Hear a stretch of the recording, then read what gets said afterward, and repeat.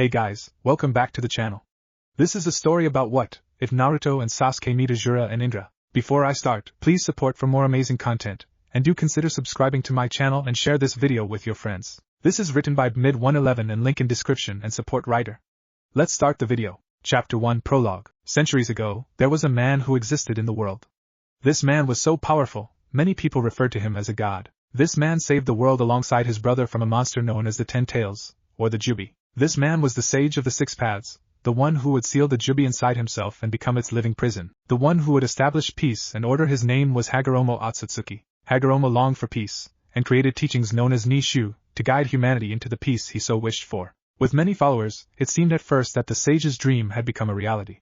However, he knew that he would not live forever, and on his deathbed, he chose a successor. Hashirama himself had two sons, the older and prodigious son Indra, and the younger and talentless Asura. Both sons wished to complete their father's dream, and both had ideas of how to go about it. Indra knew he had power and a weaker version of his grandmother's eyes, the Sharingan. He knew his power was unique and that he was special. He trained by himself, and saw that he could do anything in the world with his own strength. Indra's idea of how to bring peace was through power alone. By dominating the world, he would stop all wars and fighting and bring peace. Asura had no talent or power at first. He couldn't do anything by himself, and was always considered weaker than his brother. However, on his own travels around the world, Asura gained many followers of his own, and many friends. These people were precious to him, and he found that by working together with everyone, he was able to do anything. Eventually, Asura's own chakra and abilities awakened, and he gained the power he'd inherited from his father, also the body. Asura gained great strength, regenerative abilities, powerful life force, and the ability to enter Six Paths Sage mode. His abilities increased to the point where he was on par with his older brother. On his deathbed, as well as giving his son his inheritance, Hashirama named Asura as the heir to Nishu and entrusted him with the task of bringing peace to the world, after which he split the Jubi's chakra into 9 separate entities that he each gave a name to. The sage then used the last of his life force to create a construct in which he sealed away the Jubi's husk, which would one day be called the moon. However, Indra, blinded by greed, jealousy and hatred towards his sibling and manipulated by black Zetsu, a manifestation of their grandmothers, will challenge his brother for the title of heir. The two brothers fought fiercely. However, eventually Asura defeated his older brother in battle.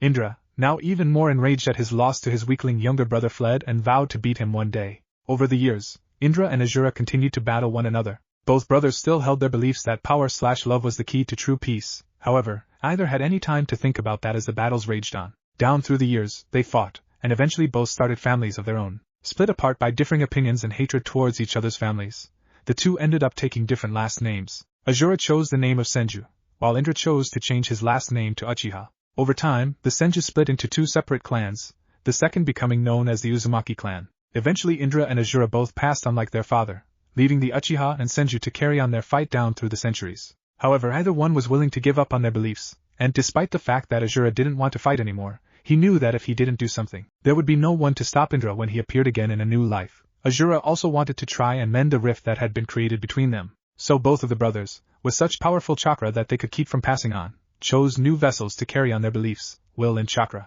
Asura chose a Senju as his next reincarnation. This Senju was Hashirama Senju.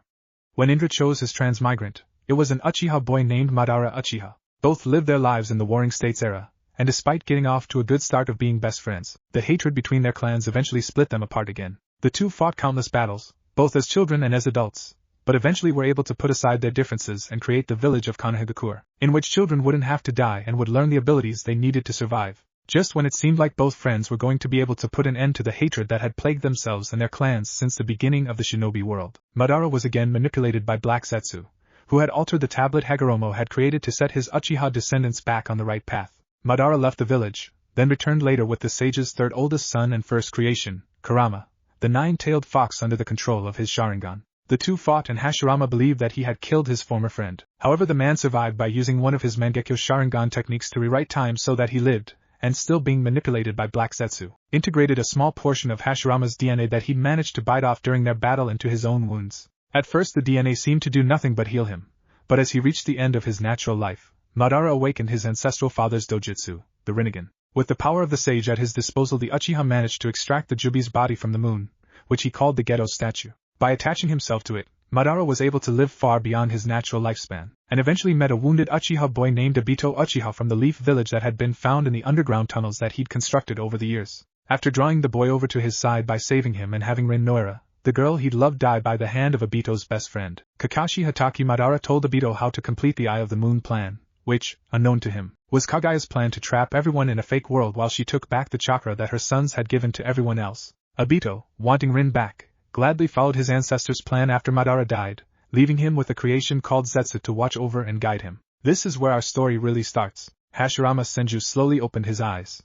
The last thing he remembered was fighting in the first great ninja war and being struck down from behind. He also remembered the devastated look on his little brother Tobirama's face as he fell. Hashirama was by no means an arrogant person, however. Being killed by some no-name shinobi was pretty embarrassing, even by his standards. The Shodai sighed. He'd always said he'd protect his last brother and make sure he lived for as long as possible. However, he never imagined after everything he'd been through that it would be him who would get struck down and killed. The man sighed deeply. He was the oldest and he couldn't even protect his own younger brothers. Hell, Tobirama could have died right after that for all he knew, so his death meant nothing in the long run. Thinking about such things brought on the Senjus, famous flash depressions, and Hashirama slumped over with a dark cloud hovering over him, thundering occasionally. Was his baby brother really dead?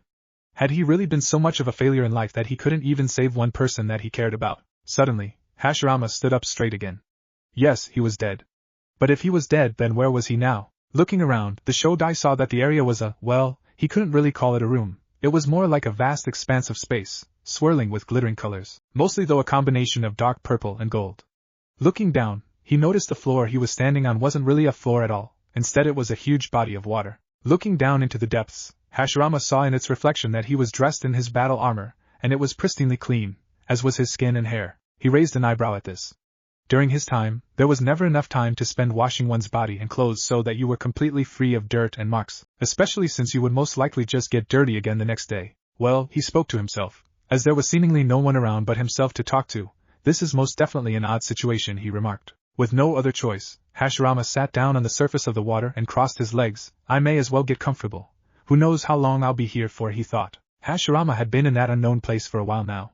There wasn't much to do, so the brown-haired man mostly just spent his time training with clones of himself, or wandering the empty plain, trying to see how far it went. One day as he was lying on his back relaxing, the Senju sensed the powerful, but somehow familiar chakra signature. Hashirama shot up into a sitting position, eyes eagerly scanning the entire area. He didn't know how he knew this person or who they were, but he did know it, and very well in fact. Even more than he knew his father's or brother's chakra signatures. It was as though, despite the chakra feeling slightly different, he was sensing himself walking towards him. Soon a figure came into view. As it came closer, Hashirama was able to make out more and more of the person's features. It appeared to be a young man, roughly 20 to 22 years old. He had short brown hair that spiked wildly around his head, a thick wrapping of bandages tied around his forehead, with two bangs of hair framing his face, bound tightly by more bandage to keep it neat. He had almond-shaped brown eyes, thin eyebrows, and wore a white robe with a high collar with 6 black magatama decorating down the chest area in a V pattern. The young man also had a black sash around his waist and 2 black straps that went over his shoulders like one would carry a pack, and it was these that kept a sword tied to his back. Hashirama analyzed all that he could of the man as he walked towards him. His steps were sure and confident, and his body language having his arms dangling by his sides, but with a straight posture indicated that this man was laid back and easygoing but had been raised by some form of nobility at least. The young man also had an easy smile on his face as he walked slowly towards him, his eyes twinkling with a bright happiness, kindness, and youth. However, the former Shodai could also see the unmistakable look of pain, weariness, and regret in this person's eyes, having seen the exact same look in his own eyes every time he saw his reflection. Soon the man came to a stop when he was only a few feet away from Hashirama, still with that happy smile. Hashirama cocked an eyebrow at the young man before him, then spoke. I'm sorry, but do I know you from someplace?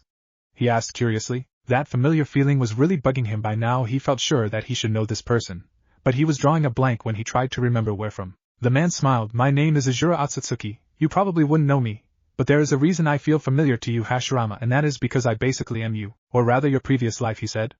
Asura then went on to explain exactly what happened and why they were here. By the end of it, Hashirama was wide-eyed with awe and wonder. I don't even know what to say, he muttered. I can't believe that I am actually the reincarnation of someone like you, the son of the sage of the 6 paths. It's just wow, he breathed. Asura laughed. Yes, I know it's a lot to take in, but it is true. The Otsutsuki's eyes sparkled with mirth. He'd had a feeling that his transmigrant would act this way after all. Hashirama stared silently at who he now knew to be his previous life and transmigrant, until a thought hit him. Wait, we're transmigrating because our feud with Indra/Madara hasn't been resolved yet, right? He asked. The other man nodded. That's right, he replied easily. The Shodai frowned. If that's the case, then 1. Where is Madara, and 2. Why did we meet out of all the other transmigrants we must have had in the past who didn't know any of this? He asked. The Otsutsuki sighed, closing his eyes. Since your second question is the more important of the two, I'll answer that first. Asura opened his eyes again, and stared at the man. This time there was no mirth in his eyes, only deep seriousness. Hashirama slightly shifted, wondering if his own serious face looked that intimidating to other people. My father, the sage of the six paths, named me the successor to his teachings of Nishu on his deathbed, causing my older brother Indra to get furious and jealous. We fought each other and I won eventually after a long and hard battle. At seeing his defeat by my hand, my older brother became even more furious, and left, swearing vengeance on me. Asura paused to sigh deeply at this, while Hashirama listened with a heavy and aching heart. Well, I guess you probably already know what happened after that. The endless battles, going on and on throughout the years, and each time he was defeated, Indra's hatred became stronger and darker than before. Both of us soon had families of our own, and I think you already know what names we chose for ourselves. The Shodai nodded. You chose the name Senju, didn't you? And Indra chose the name Uchiha?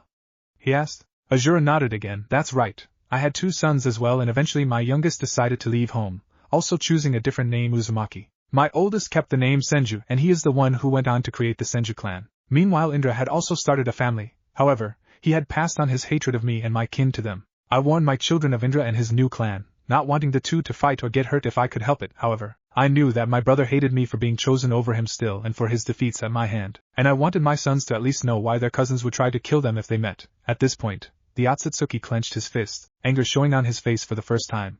He took a deep, wavering breath and continued. Soon enough my sons grew up and had families of their own, but that was where things went bad. My youngest son had just had triplets, 2 boys and a girl, and was coming home to let me meet them. However, on the way there, they were attacked by Indra's Uchiha family, and his wife, daughter and one of his sons were killed. Hashirama's eyes showed sadness. He definitely knew how it felt to lose family. By the time my son had gotten to me, he was traumatized, and vowed that he and his last remaining son would have nothing to do with our blood feud. Time passed and my Senju children continued to grow and multiply, as did Indra's children. As I grew older, I became slack with my clan members, not paying as much attention to them as I normally would have, and it was this lack of attention on my part that allowed things to get out of hand. As soon as my oldest son heard what had happened to his baby brother and his family, he became enraged and swore vengeance on those who'd taken his Uzumaki brethren away from him and hurt his precious Ototo so much. I tried to turn him away from that path, but he still loathed the Uchiha for what they'd done, and as soon as I was unaware, he took his Senju clansmen and attacked the Uchiha. No matter how much I hated it, there was nothing I could do to stop my children and Indra's children from killing each other, so I did the next best thing I could. I tried to curb the hatred that had built up by expressing that love was the key to peace and begging my children and grandchildren not to hate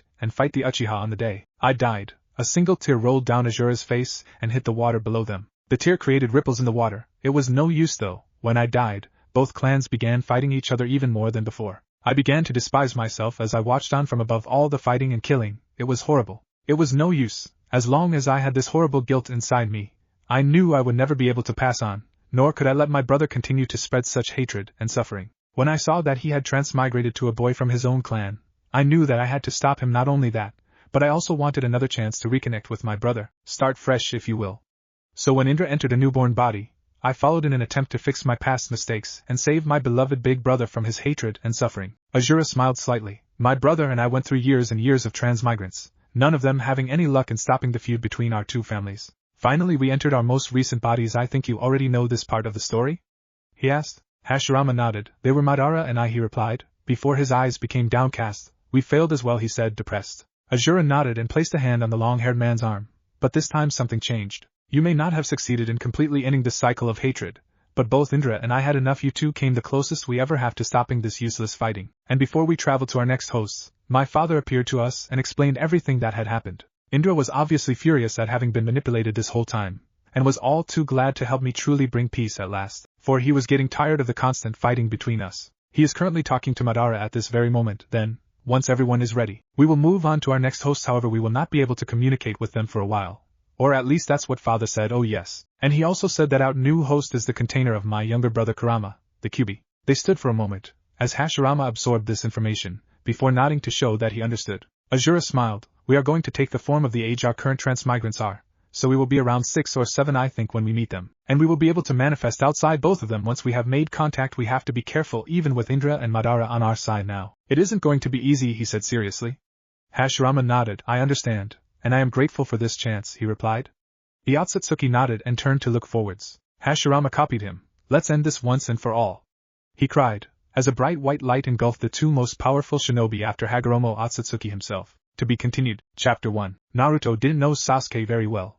If you asked him how he felt about the other boy, he would say that he was a decent person or at least more tolerable than some of the other kids that he knew. The blonde didn't know what drew him to Sasuke, as he definitely wasn't the most sociable of his peers. But when he sat next to the Uchiha during class, the boy didn't leave and go to another seat, and sometimes, during lunch when the two sat together and Sasuke saw that he didn't have any lunch of his own, the other boy would give him his own bento. When Naruto would push the offered food away, Sasuke would keep insisting until the Uzumaki ate at least a third of what was there. Sasuke would eat half of that, then keep offering the blonde the lunchbox until he gave in and finished the food off. When it was all finished, Sasuke would take it and throw the rubbish away, then return and sit quietly next to Naruto until the bell rang, at which time the Uchiha would get up and silently go to class. When Naruto hesitated at the door, Sasuke would walk back and take the other boy's hand, leading him inside quietly, and Naruto would follow without protest. He was definitely nicer than some of the other kids that went to the academy with him. If the Uzumaki had to choose a word to describe their relationship, then Sasuke could be considered a particularly nice acquaintance. However, all that changed one day after the academy. Sasuke had been absent for a few days, which was strange since the other boy was almost religious about school, and Naruto wondered what could have happened to him until he had heard some of the other kids whispering quite loudly to one another. "Hey, did you hear about the Uchiha clan?" one boy asked his friend. Naruto didn't usually care for gossip, since it was usually about him, and not very nice either. However, upon hearing the name of Sasuke's clan in the conversation, the orange and dark blue wearing boy stopped and listened. "Yeah," the other boy replied. "My dad said that they were all wiped out by their own clan heir. He said that Sasuke's the only one left." Naruto's eyes widened. Sasuke's family had been killed? No wonder he had been absent from classes lately. As the blonde walked back to his old apartment, he thought about whether or not he should pay Sasuke a visit in the hospital. Soon enough it began to rain. Naruto cursed under his breath and covered his head with his arms to try and shield himself from the storm while he began to run. It was as he was making his way past the Uchiha district that he noticed something, or rather someone. Sasuke was standing in front of the gate to the district that was sectioned off with yellow tape. As Naruto watched, the boy lifted the tape and walked inside.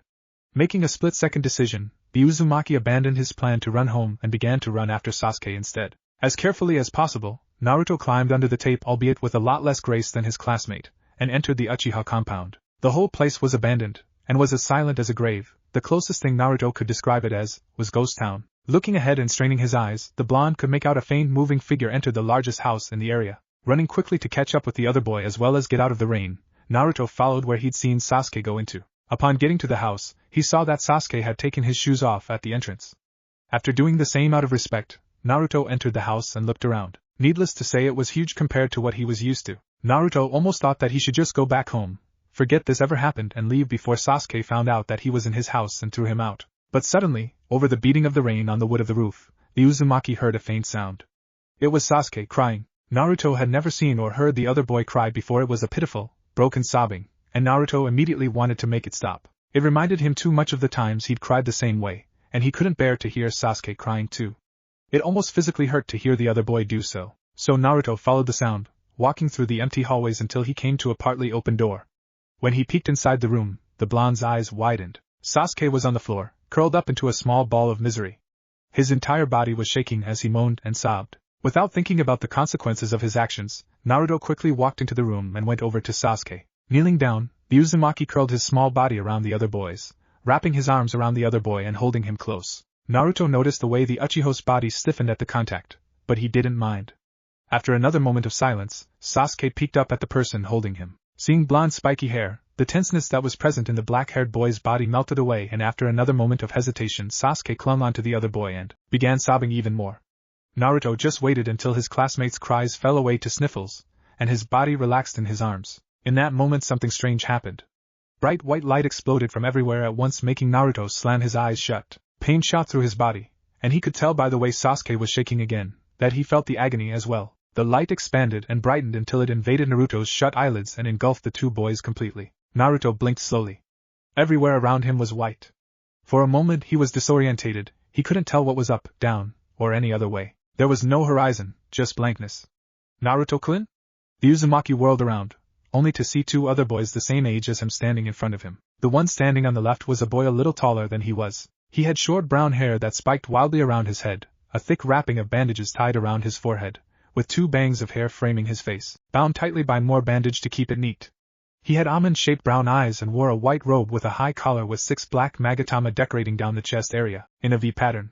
The brunette also had a black sash around his waist and 2 black straps that went over his shoulders like one would carry a pack, and it was these that kept a sword tied to his back. Naruto stared at the strange clothes the boy was wearing. He'd never seen clothes like them before. Soon enough the blonde's eyes wandered up to the face of the boy. His face seemed genuinely kind, not like the type of people who would be falsely nice to him only to torture and torment him when his guard was down. Next his eyes moved over to the other boy. He also had brown hair, but it was long and looked surprisingly soft. He wore traditional red shinobi armor, the kind that was made from multiple metal plates attached together, and his underclothes were black. He also looked very kind and cheerful, a lot like Naruto himself. Even so, Naruto couldn't help but be wary of the two. Naruto? Turning to his left, the Uzumaki saw Sasuke standing next to him, and instantly relaxed. The Uchiha was standing with 2 other boys, and all 3 of them looked extremely similar. The one standing closest to Sasuke had short black spiky hair, and was staring at the long-haired boy in front of Naruto with something of a cross between a mild glare and a pout. He had black eyes and slightly paler skin than the others, and he was wearing a blue high-collared, long-sleeved mantle that split down the lower half and a simple, light brown obi and a belt. Wrapped around his ankles were bandages, and he wore simple sandals. Next to the first boy was a second one with long black hair that was cut short on top. 2 locks of it were wrapped in bandages, and framed either side of his face. His eyebrows were cut short, and his eyes had blue markings around them, which were turned up at the corners. He wore a high-collared, light-colored kimono held closed by a dark sash.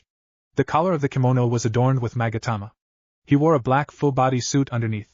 His entire aura practically screamed, "I'm better than you, bow down to me." However, his demeanor was very quiet and refined. While the boy's obvious pride showed clearly, there was also an underlying soft quality to his look. The blonde boy looked back and forwards between the 4 unknown people and frowned. It was a look that many people knew as Naruto's serious look. He didn't use it often, but when he did, everyone knew he wasn't playing around. Now how, you may ask, could a simple frown convey that? Well, it wasn't just the frown. It was that combined with the steely eyes, the set jaw and shoulders, and the way he leveled his face to look directly into the other person's eyes. "Alright, what's going on? I want answers, now, if you don't mind?" The way he said it was a question, but the way he posed it was a statement. The long brown-haired boy smiled slightly. "Yes, of course, we'd be happy to answer your questions. But we should introduce ourselves first, any?" he asked, beaming at the end. Naruto and Sasuke stared at the 4 other boys. The short brown-haired boy walked up to Naruto first, holding out his hand. "It's a pleasure to meet you. My name is Asura Otsutsuki," he said, with a bright smile. Naruto stared at Asura's hand before, slowly, tentatively, taking it in his own and giving it a shake. "Hello, I'm Naruto Uzumaki," he replied shyly, blushing slightly. Most people kept their children away from him, so he didn't really know how to deal with one coming up so willingly and wanting to talk with him. Even though Naruto could somehow tell that none of the 4 people in front of them were really children. They felt too old, too world-weary. I mean, yes, maybe he and Sasuke looked the same, but even the 2 of them weren't as mature-looking as the others. The long brown-haired boy now walked up. "Hello, Naruto-kun. My name is Hashirama Senju," he said with a bright smile. Naruto and Sasuke's eyes widened in shock. "You mean Hashirama Senju as in the first Hokage?" the young Uchiha asked. Hashirama scratched the back of his head. "Yep, that's me." He grinned at both actual children. One of the black-haired boys stepped up. "My name is Indra Otsutsuki, and I am Asura's older brother," he explained. The last boy stared impassively around, before looking at Naruto and Sasuke. "And I am Madara Uchiha. We were sent here to help both of you with an important mission." Naruto's eyes lit up at the word mission. He was still in the academy, and he knew that only shinobi got missions. "What is it?" he asked with childlike wonder and excitement. His enthusiasm caused all 4 to chuckle. "First, you must understand how exactly we are connected. My father, the sage of the 6 paths, wanted nothing more than to bring peace to this world, and on his deathbed, he named me his successor," Asura explained, then looked sad. "However, this caused a chain of events that led to intense hatred between my brother and I, as well as our families once they were born." Sasuke looked like he was soaking it all in. However, Naruto looked a little lost. Hashirama smiled. "Don't worry about it, Naruto-kun. All you have to remember is that by choosing Asura as his successor, Sennin-sama made Indra-san so angry with his brother that they fought over and over throughout the years, until they died and were reborn as the next in line," he explained. Naruto thought for a moment, making sure he understood everything, before he nodded. "After we had been reincarnated as Hashirama and Madara and finally died again, both Indra and I were so sick of all the fighting, that we accepted an offer of our father's, which was to help the both of you, so you could end the cycle of hatred and bring true peace to this world just like our father wanted," Asura told them. Both boys nodded in understanding. Sasuke turned to face Naruto and both boys walked up to each other. "So, bringing peace and saving the world, huh?" the Uchiha asked. Naruto grinned. "So, brothers then?" he asked, unsure.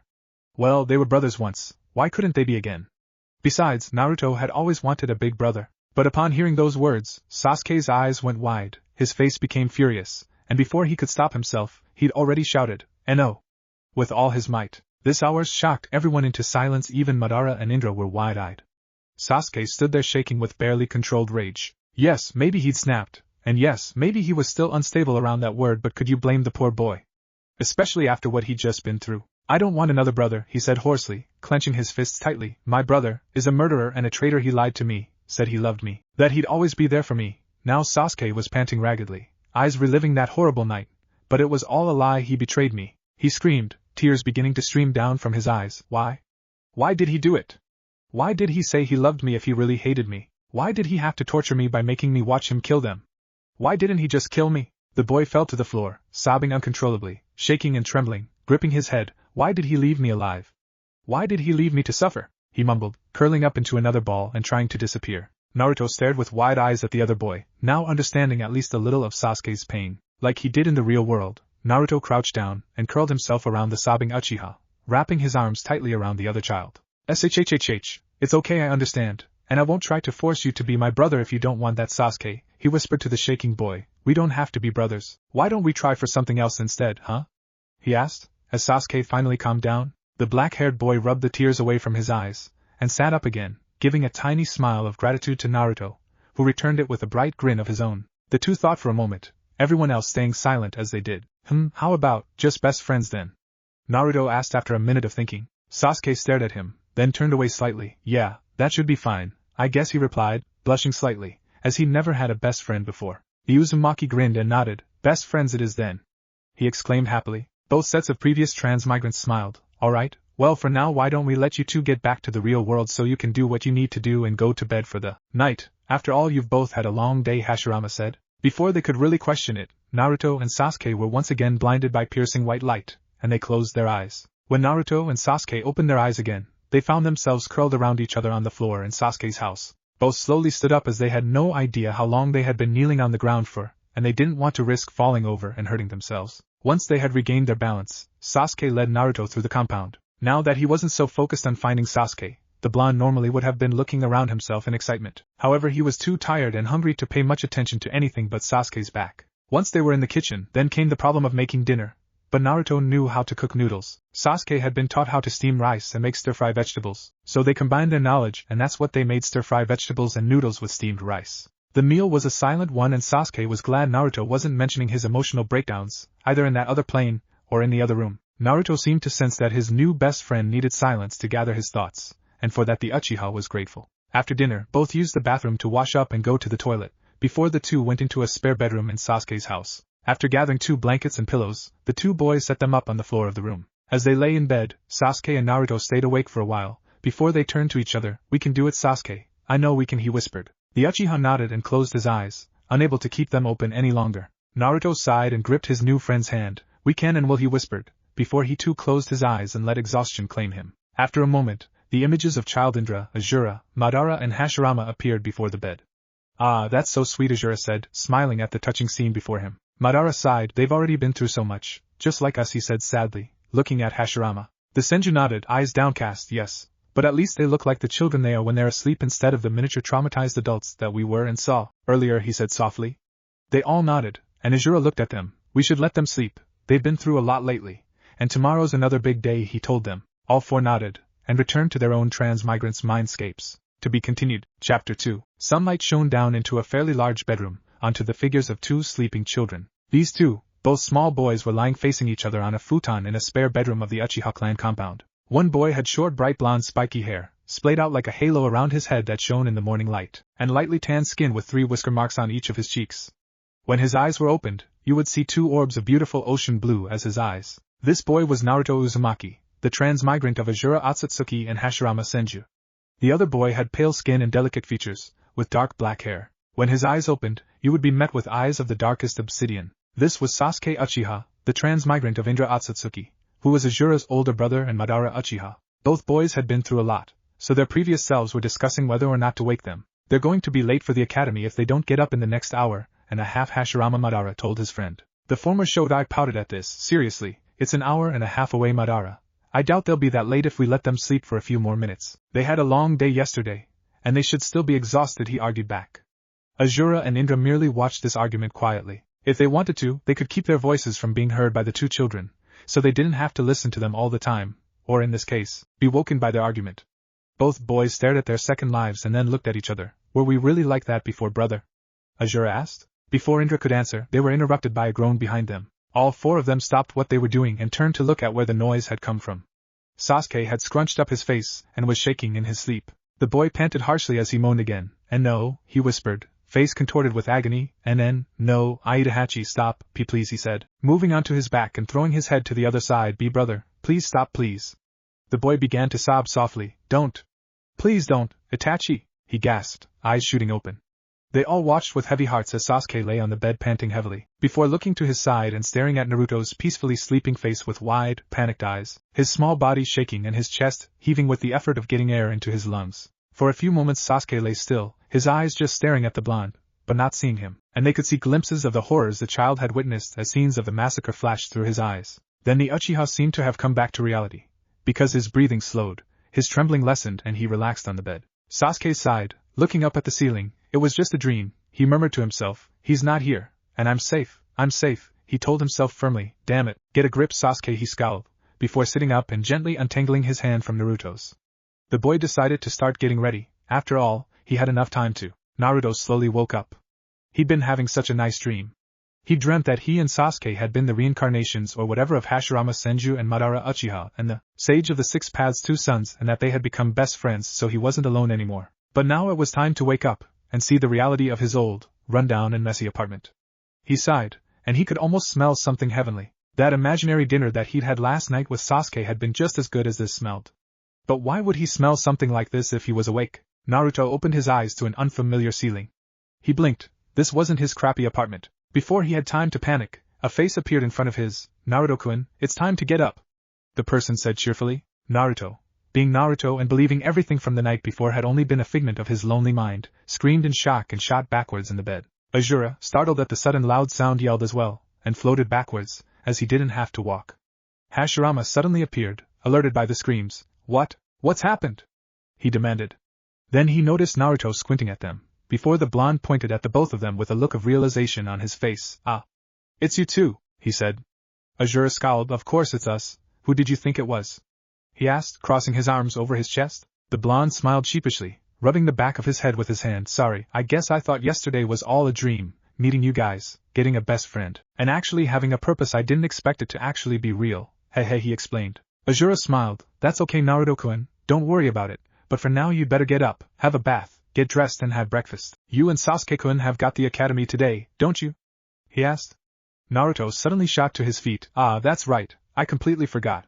What time is it? He asked, panicking because he didn't know if he was late or not. Hashirama moved in front of him, raising his hands in a placating manner. Whoa there, Naruto-kun, it's okay, you still have a whole hour to get ready, don't worry, he explained. Naruto calmed down. Oh, that's good then, he replied, sighing with relief.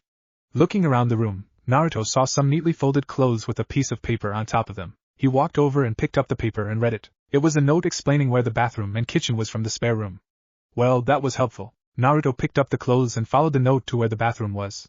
Once inside, he began getting undressed and placed his still damp clothes on the floor. He knew that if he were anyone else, he probably would have caught a cold from being out in the rain and not really drying off. But thankfully he didn't get sick for some reason. However, that didn't explain why Sasuke wasn't sick. The blonde shrugged. He probably just had a strong immune system, and yes, he knew what that was. He wasn't as much of an idiot as everyone thought. Once the bath was full of hot water, Naruto climbed in and immediately sighed in bliss. Oh, I'm in heaven, he said to himself as he lay his head back. Back in his apartment, Naruto didn't have the luxury of hot water. The hot water system always seemed to be broken, and it cost an ungodly amount of money to fix, so he always had to make do with cold water. So having a hot bath like this was a gift to be thankful for. After washing his body and hair with some of the soap and shampoo that was in the bathroom, the blonde washed himself off and pulled the plug out. Soon after, he was dried and getting into the dark blue yukata-style shirt and pants.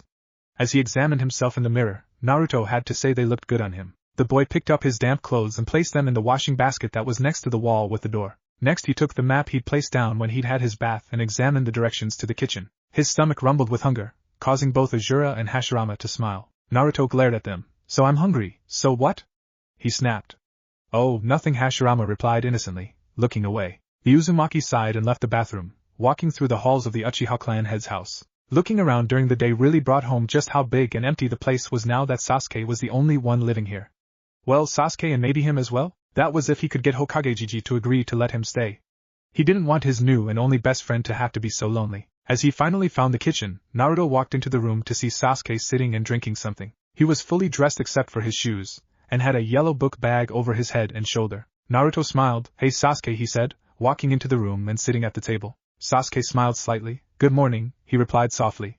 Indra and Madara appeared on either side of the boy, both floating above the ground. Hashirama grinned at his best friend. "Morning, Madara," he greeted cheerfully. Madara grunted. "HN, morning," he replied.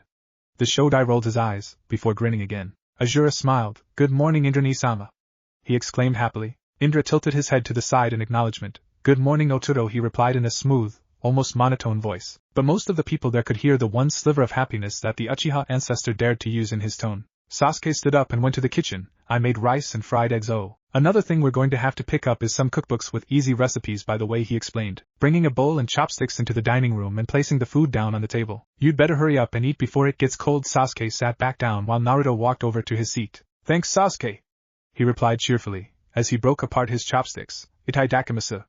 Then he dug in. The two ate quickly, and put their dishes in the sink before they grabbed their bags and shoes. Stopping at the step before the door, the two boys sat down and pulled their shoes on.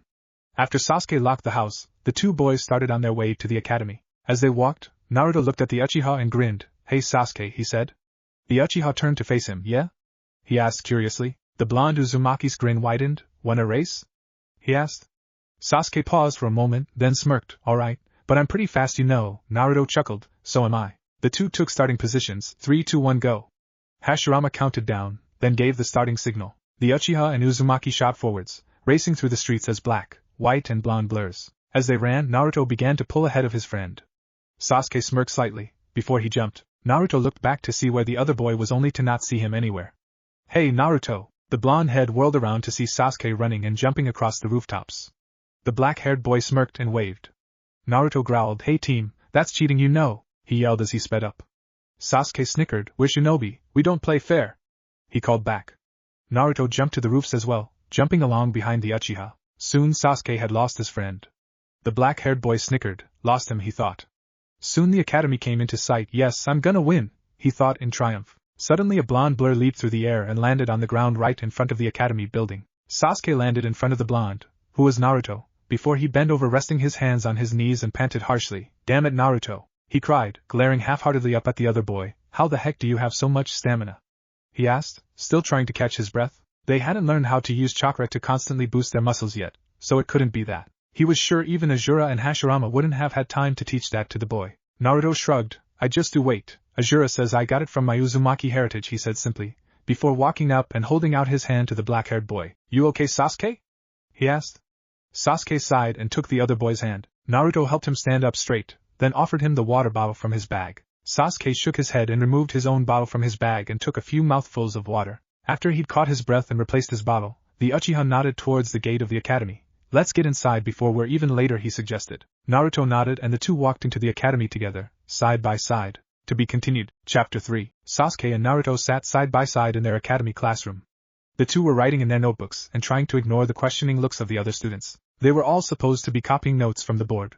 However, Naruto was finding it hard to concentrate. Asura and Hashirama had quickly learned that the boy was a kinesthetic learner, so what they would do is have Naruto imagine himself doing the things that were in the problems, and help him visualize them by explaining it a bit better to figure out the answers. This not only helped the boy learn, but Naruto himself found it fun to imagine himself throwing a kunai or shuriken or whatever the problem was about. Time went by and soon the lesson was over and it was time for lunch. The children all hurried outside to eat and play with their friends. Naruto was no exception. He ran out excitedly, turning back to see Sasuke walking at a calmer pace behind him. "Come on, Sasuke, hurry up or we'll lose our spot," he called, grinning ear to ear at the thought of being able to play with his best friend during lunchtime. Sasuke snorted. "I doubt anyone's going to take our spot from us, Uzuratanki," he replied calmly. They walked over and sat down under a big tree in the yard. Naruto brought out the lunch that Sasuke had packed for him this morning and opened it. Rice, salted salmon, miniature sausages and lettuce. Looking over at Sasuke's lunch, Naruto saw that he had rice, mini hamburg patties, sliced cucumber, and cherry tomatoes for lunch. "Hey, thanks for making lunch for me this morning, Sasuke. I should learn how to as well," so we can take turns same with dinner, Naruto said gratefully. He'd never had a bento box before. He'd always just gone to Ichiraku's if he had enough money during lunchtime, so this was a new experience for him. Let's just eat before lunch is over, Sasuke replied, turning his head away to hide his faint blush. He was never good at accepting other people's gratitude. The two ate quietly, watching the wind rustle the leaves of the trees. Suddenly Naruto's keen ears picked up a commotion nearby. Getting up and walking over to where the noise was coming from, the Uzumaki peered around a corner and bristled at what he saw. 3 older boys from a higher grade were standing around a small girl. He wanted to rush over there right that moment, but Hashirama stopped him. Wait, Naruto-kun, let's just see what happens first. After all, someone could come and stop them before we even have to do a thing, the former Hokage said. Naruto thought about it for a moment, then nodded. Alright, but if things get too out of hand, I'm going over there, he whispered back. Then he stood and listened to what they were saying. Hey, look at her eyes, you're one of those Hyuga, aren't you? One asked. Yeah, your cousin is in my class, and he's all stuck up, another replied. The third boy bent over the small girl. I bet you're just like the rest of your clan, a stuck-up princess that thinks you're better than the rest of us, he sneered. The girl trembled. And no, I'm not like that, She tried to defend herself, but the main boy grabbed her head and roughly pushed her down to her hands and knees. Apologize for bumping into me and making me spill my food, the main boy, who was fairly chubby, demanded. The girl trembled. I'm sorry, she whimpered. The boy pushed her head down further. What was that? Say it louder. I'm sorry. I'm sorry, she cried softly, beginning to sob. Naruto felt his rage take over. Okay, that does it, he thought, running out to where the boys and girl were. Hey, assholes, she said she was sorry, so just leave her alone already, he demanded, glaring fiercely at the 3. The boys turned to look at who was behind them, only to see a weak-looking blonde kid wearing a dark blue yukata standing there. The main boy scowled. Get lost, brat, we're busy, he said dismissively, as he turned back to the girl again. Naruto scowled at being ignored and the way they were treating the girl. He knew Hashirama and Asura had told him that it was better to avoid conflict as much as possible, but those assholes were just asking for it. Asura nodded. Alright, do what you have to do. After all, there are some people that are just bullies, plain and simple, and need to be taught a lesson about picking on people weaker than them. Besides, you'd be protecting someone by doing it, Naruto-kun, he agreed. Naruto again called out. Hey, instead of picking on a small girl who's not able to defend herself, why don't you try taking me on, unless you lot are too scared to try? At that, 2 of the boys ran right at the blonde. Naruto stood still and braced himself. Wait now, Hashirama instructed, just as one of the older boys was about to land a punch on him. Naruto swiftly moved to the side and ducked under the second punch thrown by his friend. The blonde ducked and weaved, occasionally deflecting a hit here or there. Eventually the bullies began to get tired from overexerting themselves to try and beat Naruto up, while the Uzumaki's movements, as instructed by Asura, had been swift and short to conserve his energy. Even though he had much larger chakra reserves than most people, Hashirama had instructed the boy on the dangers of chakra exhaustion and explained that it would be better in the long run to save as much energy as possible. The 2 boys who had been attacking the blonde slowly slumped to the ground from exhaustion. The leader of the group, who had stood back next to Hinata to make sure the girl hadn't tried to run away, glared at his friends. You weaklings. You know he's the dead last of the academy, right?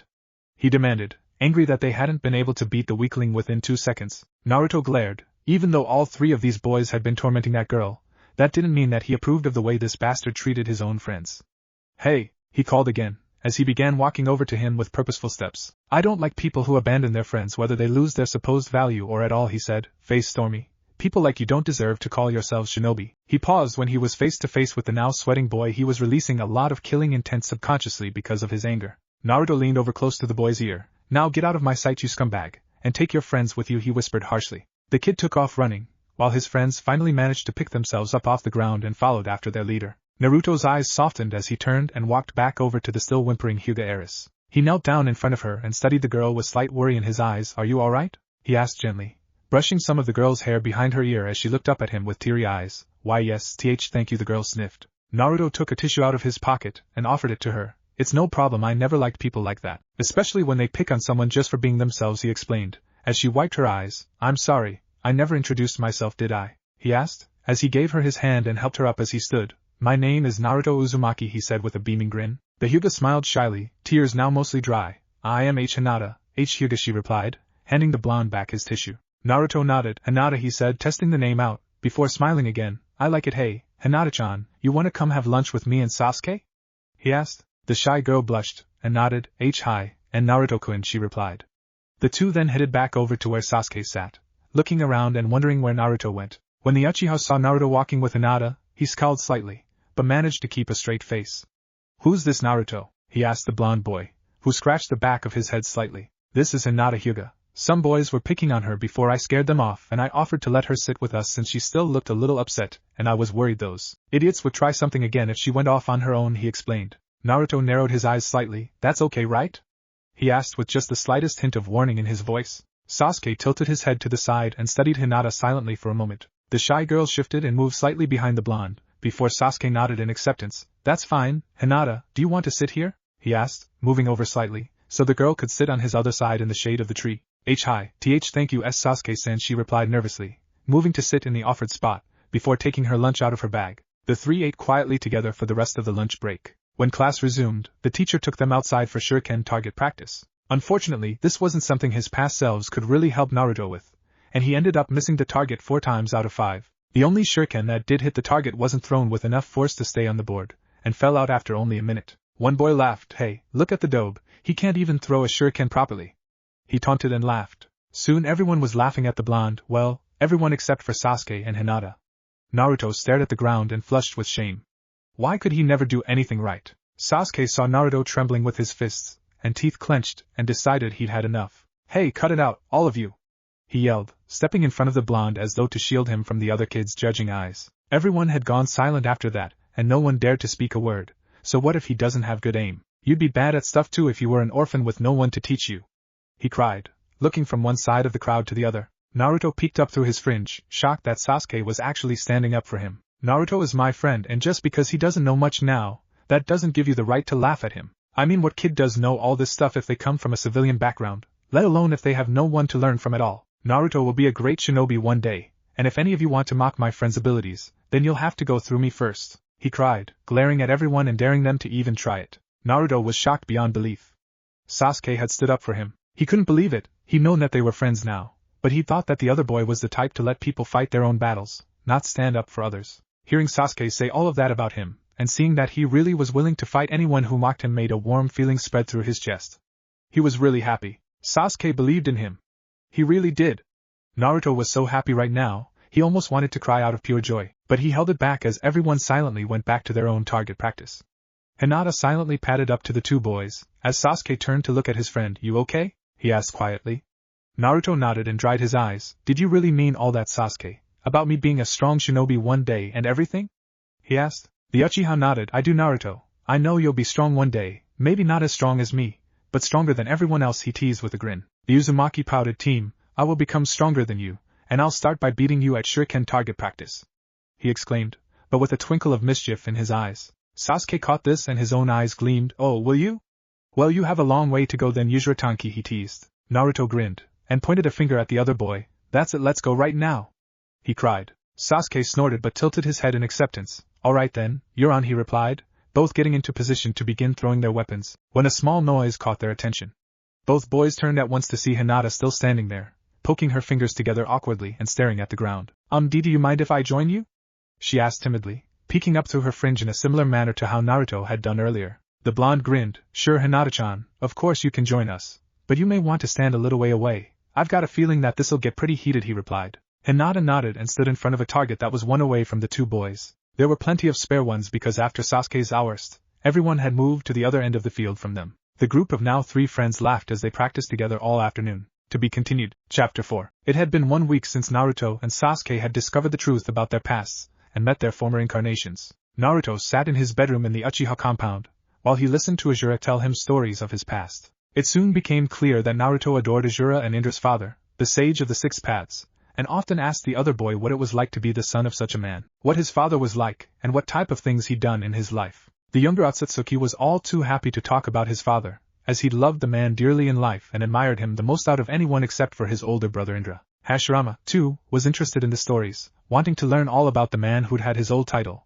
the god of shinobi originally. Both listened with wonder as Asura told them tales of the adventures his father had had and told him and his brother about when they were children. It seemed that when the topic interested him enough, like the sage of the 6 paths, or Hashirama's life, Naruto was very keen to learn about history. The former showed I had been upset to learn some disheartening things during yesterday's history lesson at the academy. It was about him, but he'd been confused when the sensei had said that he'd only had 1 younger brother. When Naruto had put his hand up and explained that Hashirama had actually had 3 younger brothers, after he'd heard the Senju mutter it, the teacher had ignored him. Naruto saw that the young-looking Senju was becoming upset, and so he'd spoken up without being called, excuse me sensei, but the Shodai actually had 3 younger brothers.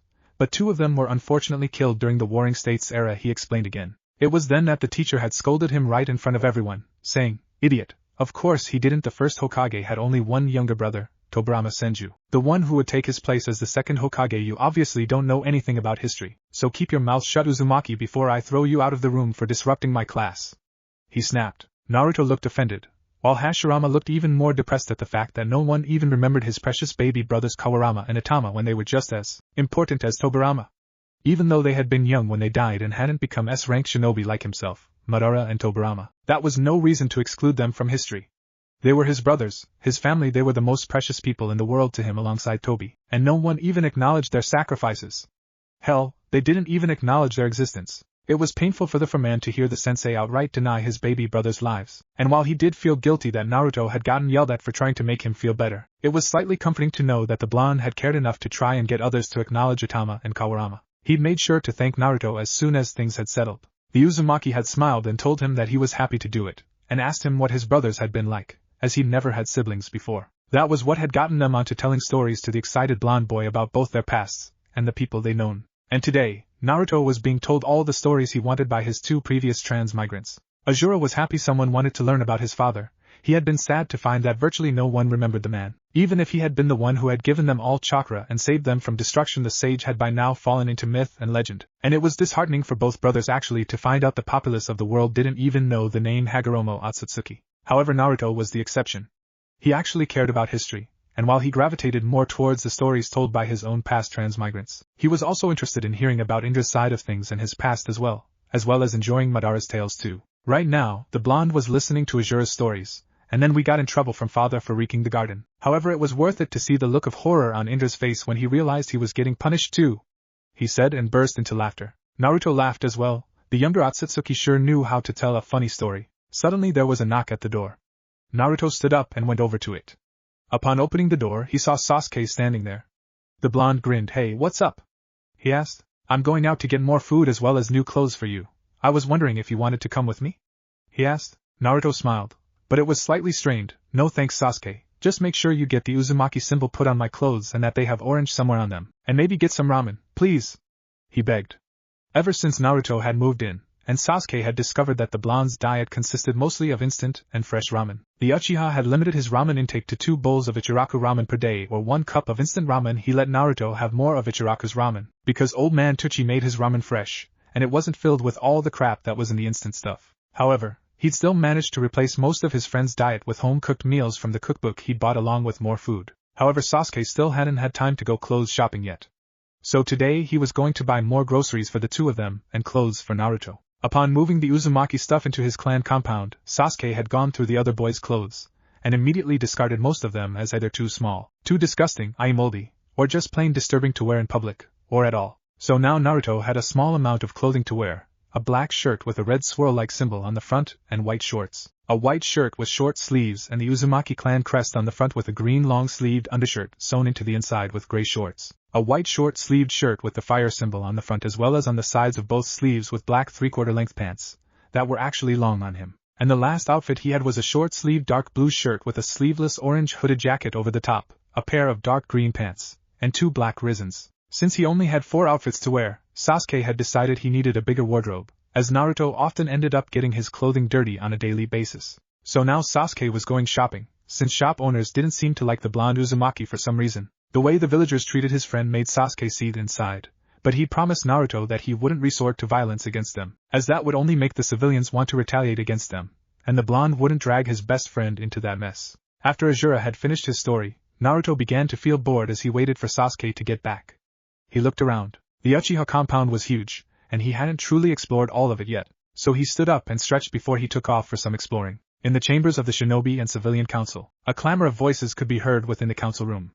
Hiruzen Sarutobi resisted the urge to massage his temples, even though he could feel a headache brewing there. It had recently come to light that Naruto Uzumaki, Jinchuriki of the Kyuubi and son of both Minato Namikaze, the now deceased Yondamin Hokage and his also deceased wife, who was quite possibly the last member of the Uzumaki clan, formerly and last known member, Kushina Uzumaki, was currently living with the last Uchiha Sasuke in his clan compound. Now while Hiruzen, and many members of the Shinobi Council had absolutely no issues with this whatsoever. In fact, they believed it was good for both boys to have a friend and some company to live with. The idiotic civilian council did. That demon must be stopped before it corrupts Uchiha-sama anymore. One man yelled. Another woman stood up. Yes, it's obvious that the monster tricked Uchiha-sama into letting it into his home. We must kill it at once, she screamed. The Sandamine had finally had enough.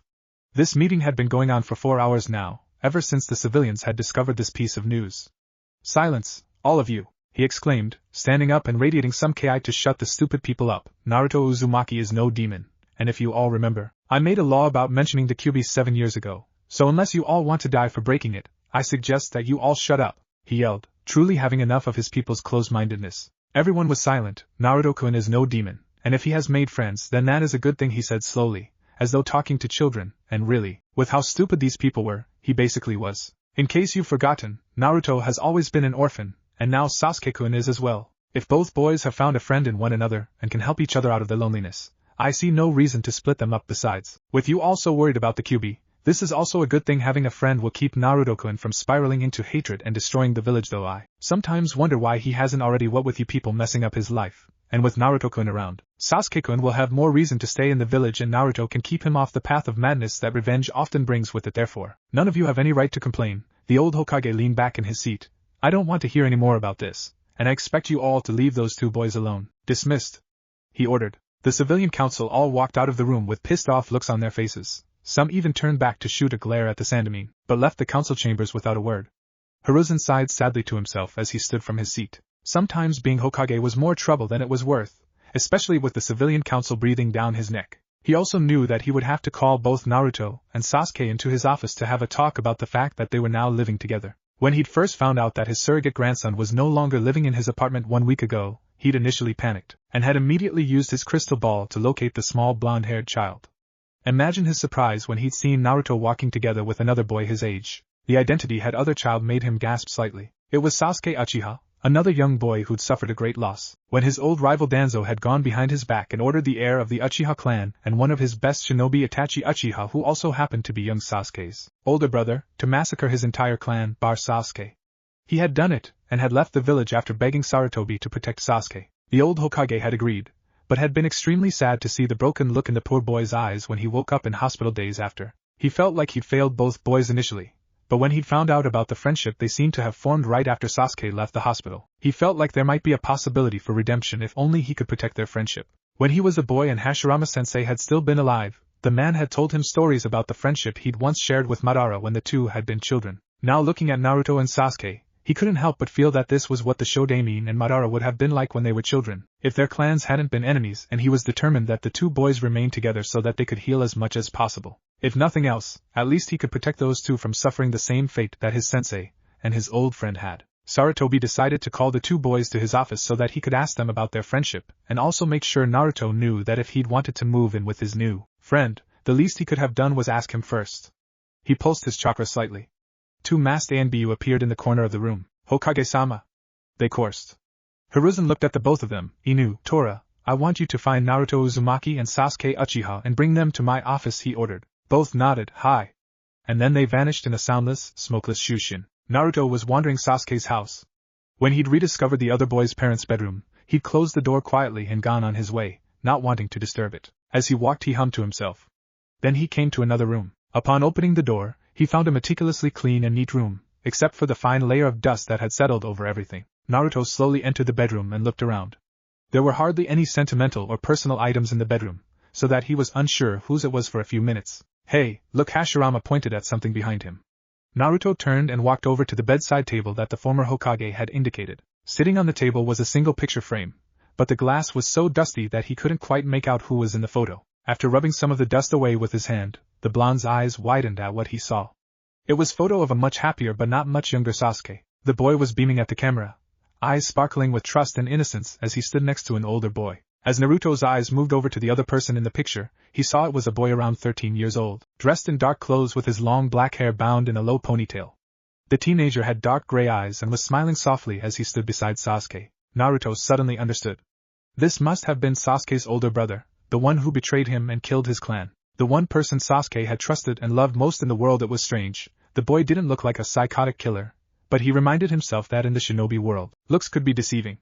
Judging by how happy the Uchiha boy looked in this picture, he must have been extremely close to his brother, and if that was true, then it was no wonder Sasuke had been so adamant about not wanting another brother. His own brother's betrayal must have crushed the poor boy inside, and it made Naruto wonder just how the Uchiha could trust anyone else again. Suddenly, there was a sound behind him and Naruto startled, sure that Sasuke had found him in what was obviously a private place. Judging by how long the room had been closed off, and he turned around guiltily, an apology forming in his mind. However, that train of thought died the instant he caught sight of who it was. Inunise-san, he beamed at the dog-masked Anbu, walking up to the man. I haven't seen you for a while, Naruto said. The man bowed his head slightly. Gomen Naruto-kun. But we don't have time for small talk today, I'm afraid, he replied. Naruto nodded, and gently replaced the photo exactly where he'd found it. Thankfully the silver-haired shinobi didn't ask what he was doing and simply took hold of the boy's shoulder. There was a dizzying flash of movement, and the two were gone. Sasuke had just finished his food shopping and was walking home, when a masked figure suddenly appeared before him. The Uchiha tensed for a moment, before relaxing when he saw it was just one of the Hokage's Anbu. You may wonder how the boy knew about Anbu, when he hadn't had guards 24 hours a day, 7 days a week since he was a baby like Naruto. But don't forget that before he went insane, Itachi had been an Anbu captain. Sasuke tilted his head slightly in greeting. Is there something wrong? He paused, not knowing the operative's code name. The man seemed to understand this. I am Tora, Sasuke-san, and Hokage-sama has requested yours and Naruto-san's presence for a meeting. I was sent to fetch you, he explained, quietly. Sasuke nodded, and Tora took hold of his shoulder. They were gone an instant later. Both Anbu appeared in front of the council chamber doors with the two boys in tow. Naruto grinned and waved. Hey Sasuke, looks like you were summoned too, huh? He asked the other boy cheerfully. Sasuke nodded, and turned his gaze to the doors before them. Indra, Madara, Asura and Hashirama, who had mostly been quiet this whole time, gazed up at the huge doors in wonder. Man, my council chambers were never that big. Hashirama half-breathed, half-whined. Madara scoffed. Oh, stop whining, you big baby. The village was barely built at all back then, he replied, crossing his arms over his chest. Inu then went and knocked on the doors. He must have sent some kind of signal, probably with his chakra, because the Sandamine's voice called out, enter. The two Anbu pushed the doors open and gestured for the two boys to walk ahead of them into the room. They did so and were greeted to the sight of many people they didn't know, and when they both did, Naruto grinned and waved. Hey Hokage Gigi, he said. The old man chuckled, while most of the people in the room glared at the boy, who just ignored them. Unfortunately, the civilian council had somehow found out that Hiruzen had called the boys and had come back and practically demanded another meeting, this time involving the boys. Sasuke, ever the one to take their priorities into concern, looked at the old man as well. Hokage-sama, why did you need us for this meeting? He asked in a monotone. Hiruzen placed his fingers together and rested his head on his hands. Yes, well, you see, boys, it has come to our attention that the two of you have been living together for some time now, he said lazily. He really wanted this meeting to be over as soon as possible. Naruto nodded. Yeah, that's right. Sasuke invited me to come live with him, since neither of us like living alone, he explained simply. One civilian council member glared. You sure that's what happened, boy? He sneered. Naruto nodded. That's right, he replied. One woman slammed her hands on the table in protest. Why would Uchiha-sama want someone like you living in his house? You must have tricked him somehow, you worthless brat, she cried. Before anyone had a chance to speak, another woman, the same one from earlier, spoke up. I agree, that demon must be killed now, she screamed. Sasuke instantly became enraged at this, activating his Sharingan and pulling a kunai knife out of the Tora Anbu's holster. In less than a minute, the boy had leapt onto the tabletop and crossed the distance between him and the bitch. No one really caught what happened next. But 1 minute the boy was running towards the woman in a murderous rage, and the next, he stood poised before her on the table, the tip of the kunai a mere inch away from piercing her jugular. Furious Sharingan eyes locked onto the terrified counselor's own. If the woman so much as gulped, the kunai knife would pierce her throat and end her life. A drop of sweat trickled down her neck and fell onto the tip. Everyone looked at what, or who had stopped Sasuke's murderous assault. Naruto was standing behind Sasuke, one arm wrapped around the Uchiha's chest, and the other hand clasped firmly in an iron-like grip around the forearm that was holding the kunai, keeping the boy from moving that last inch. Everyone blinked. None of them had even seen the blonde move. Sasuke snarled, glaring at the worthless woman. His weapon was just an inch from ridding the world of. Sasuke, calm down. Killing this woman won't do any good, Naruto whispered in his friend's ear. The Uchiha scowled. Why would you bother to save the life of a piece of trash like this? If she could, you know that she would order your execution, he demanded in a whisper, angry that his friend was stopping him from killing one of the people who had made his life hell. Naruto's eyes saddened slightly. Yes, it's true that these people do hate me, but killing them out of revenge isn't going to do any good. Not only would it prove to them that I am the monster they see me as, but that would do nothing but create more hate, and that wouldn't do anything towards our goals. Besides, I want to prove to them that I am me, and that they can trust me to protect them. Please, Sasuke, just stop, he pleaded. Sasuke thought Naruto's words through, before he sighed and his Sharingan faded from his eyes. He lowered the kunai he held and looked down. Fine Naruto, have it your way. But if they ever do anything to hurt you or purposely cause you trouble again, the Uchiha glared at all of them. And somehow it was only a little less intimidating than the same look with his Sharingan. Nothing will persuade me from killing them, he stated darkly. The entire room, aside from the shinobi, shivered. Sasuke got off the table, Naruto following a second after, and the two walked back to the other side of the table, where Sasuke handed Tora back his kunai. Naruto turned back to the still speechless civilians and smiled sheepishly, while rubbing the back of his head. Sorry about that everyone, he said. The Sandamine chuckled slightly. Well, councilmen and women, it looks like Naruto really can keep Sasuke from the wrong path. Therefore I have decided that they shall be able to live in the Uchiha compound together. Dismissed, he ordered. Naruto and Sasuke walked out of the room after the old Hokage, ignoring the glares that were sent Naruto's way. After the Uzumaki had said goodbye to the third, the two boys began to walk home. Hiruzen smiled. Yes, I believe the two of you will do great things in this world, Naruto-kun, Sasuke-kun, and I hope you both end up happy, he thought, before turning and beginning to walk back to his office. To be continued. Chapter 5. Naruto and Sasuke walked through the village together, both returning to the Uchiha compound. Man, that council meeting had just been one big energy drainer. Right now they just wanted to rest, and maybe do some light training later on. Sasuke didn't miss the glares the majority of the villagers were sending Naruto's way, and proceeded to glare right back, daring anyone to come close. They soon arrived back at the Uchiha compound. Naruto kicked off his shoes without bothering to straighten them, and just about stumbled towards the bedroom he shared with Sasuke. In fact, he did stumble and almost fell, however Sasuke managed to catch him just before he hit the ground. The last Uchiha picked up his friend and sighed. Looks like everything that happened today exhausted you more than we thought, huh Naruto? He thought, carrying the blonde into the room they shared. He wondered if Naruto would like his own bedroom soon, and decided to help him choose one after he woke up. As he lay the other boy down in the bed and covered him with the blankets, a thought suddenly came to him. Would his parents have let the two of them be friends? Would they even have become friends if the massacre had never happened and the two never found out about their previous lives? Sasuke didn't know, but despite how painful losing his parents had been and how even more painful Itachi's betrayal had been, he knew that he wouldn't give his best friend up for anything. Thinking about best friends and Itachi made the young Uchiha remember his brother's words from before he'd left him that night. Flashback. Sasuke stood before Itachi in the silent Uchiha district. Dead bodies of his clansmen littered the streets all around them. His brother's cold eyes bored into Sasuke's mind, as he stood and trembled in terror. This wasn't his big brother. This was a monster. Sasuke breathed harder, as tears poured from his eyes. He was so scared. Please.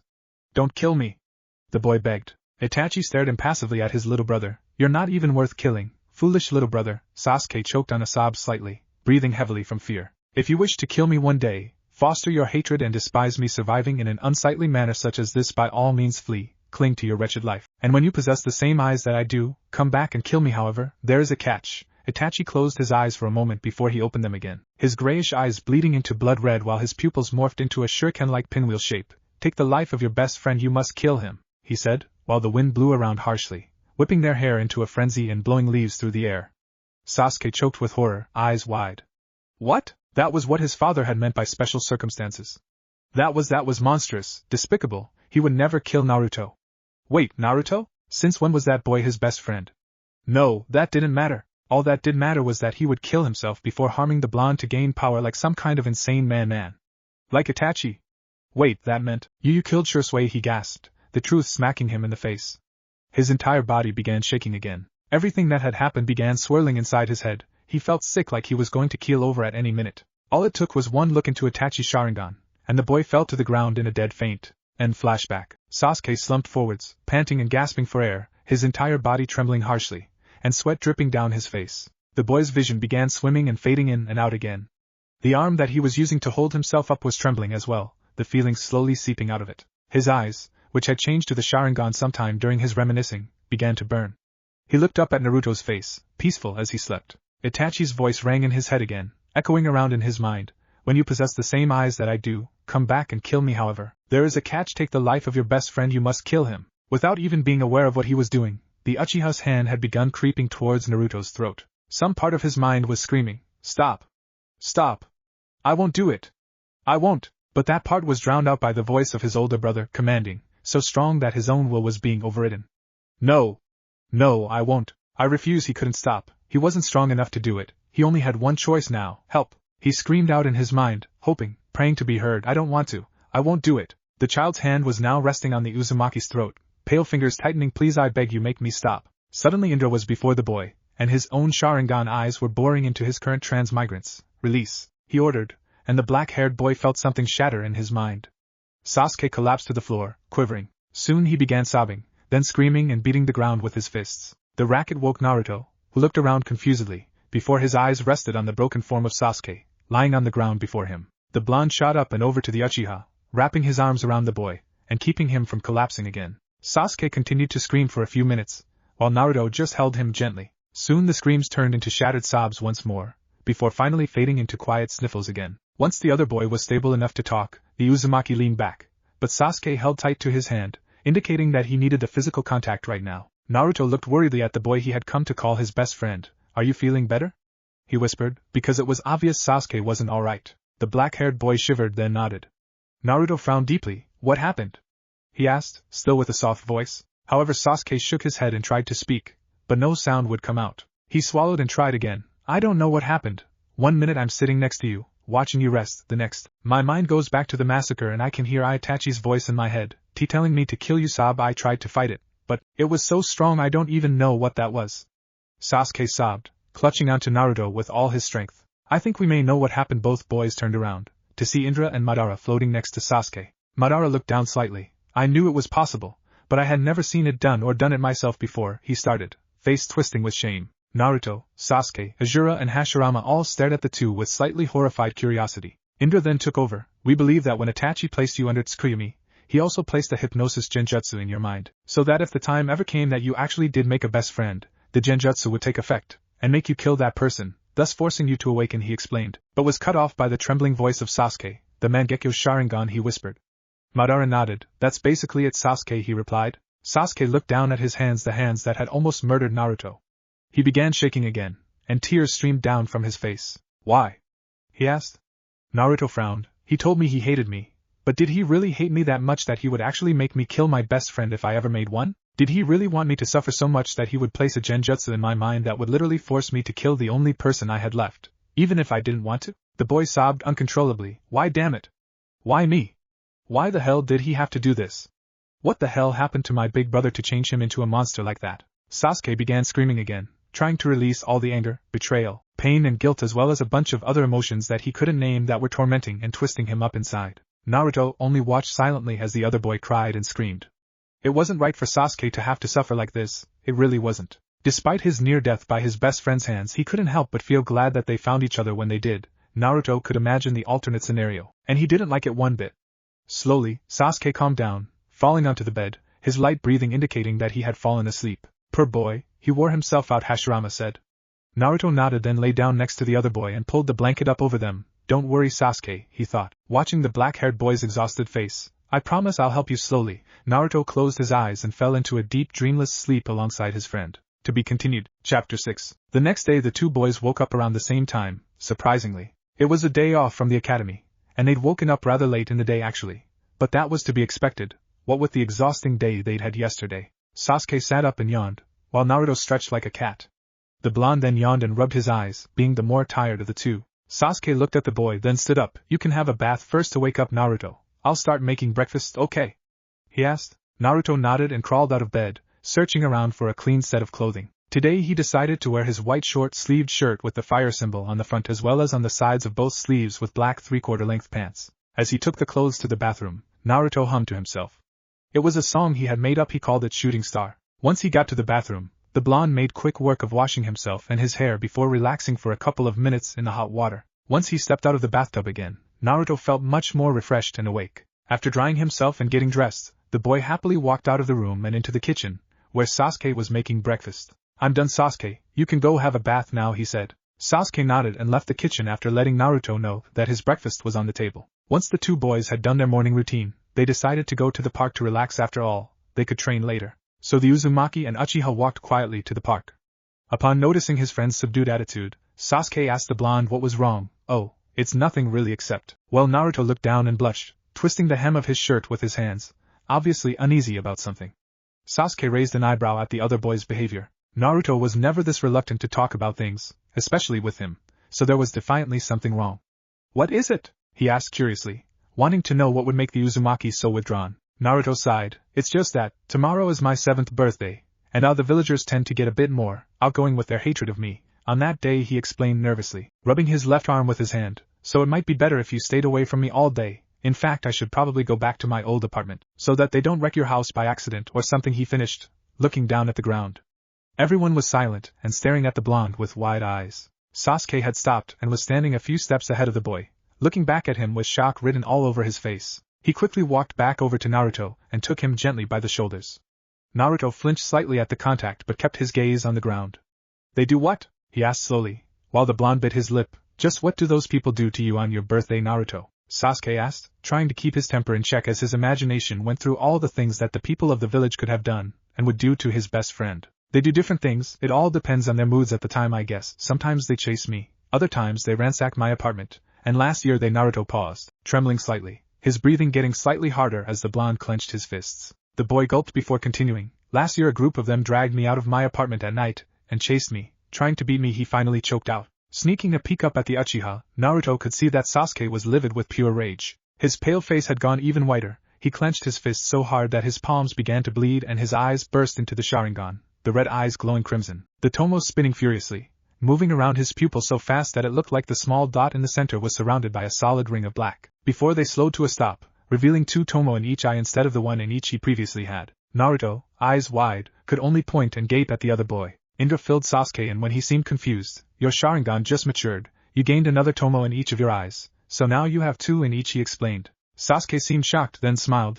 "I guess this means extra training then," he replied softly, almost to himself. The two continued walking after a while, before Naruto grew bored. They had come to an empty training ground by then, bypassing the park as both were no longer in the mood for playing and the blonde was itching for some action. They wouldn't be doing any more taijutsu training in the academy for a while, and Naruto was just about to suggest they spar, before Sasuke beat him to it. "Hey, Naruto, since we probably won't do any taijutsu training for a while, do you want to spar with me?"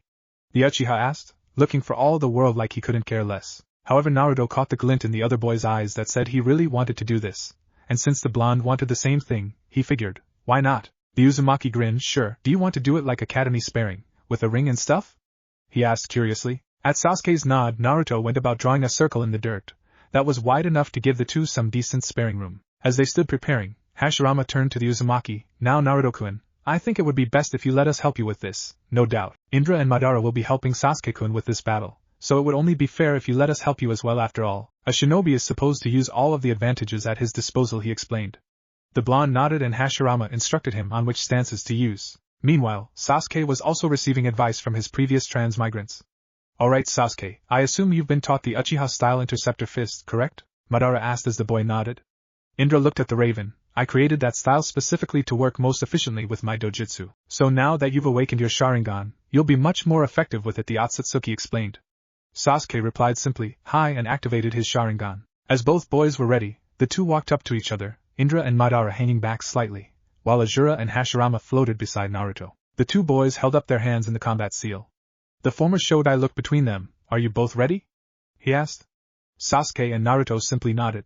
Hashirama nodded back and the two shinobi in training got into position, Sasuke in his clan's taijutsu stance, and Naruto in the stance that his previous lives had instructed him to use. It was a sort of animalistic stance, with the way he crouched and his arms out in front of his chest, the fingers of his hands curled into half-fists, resembling claws. They waited half a second, before both rushed at each other.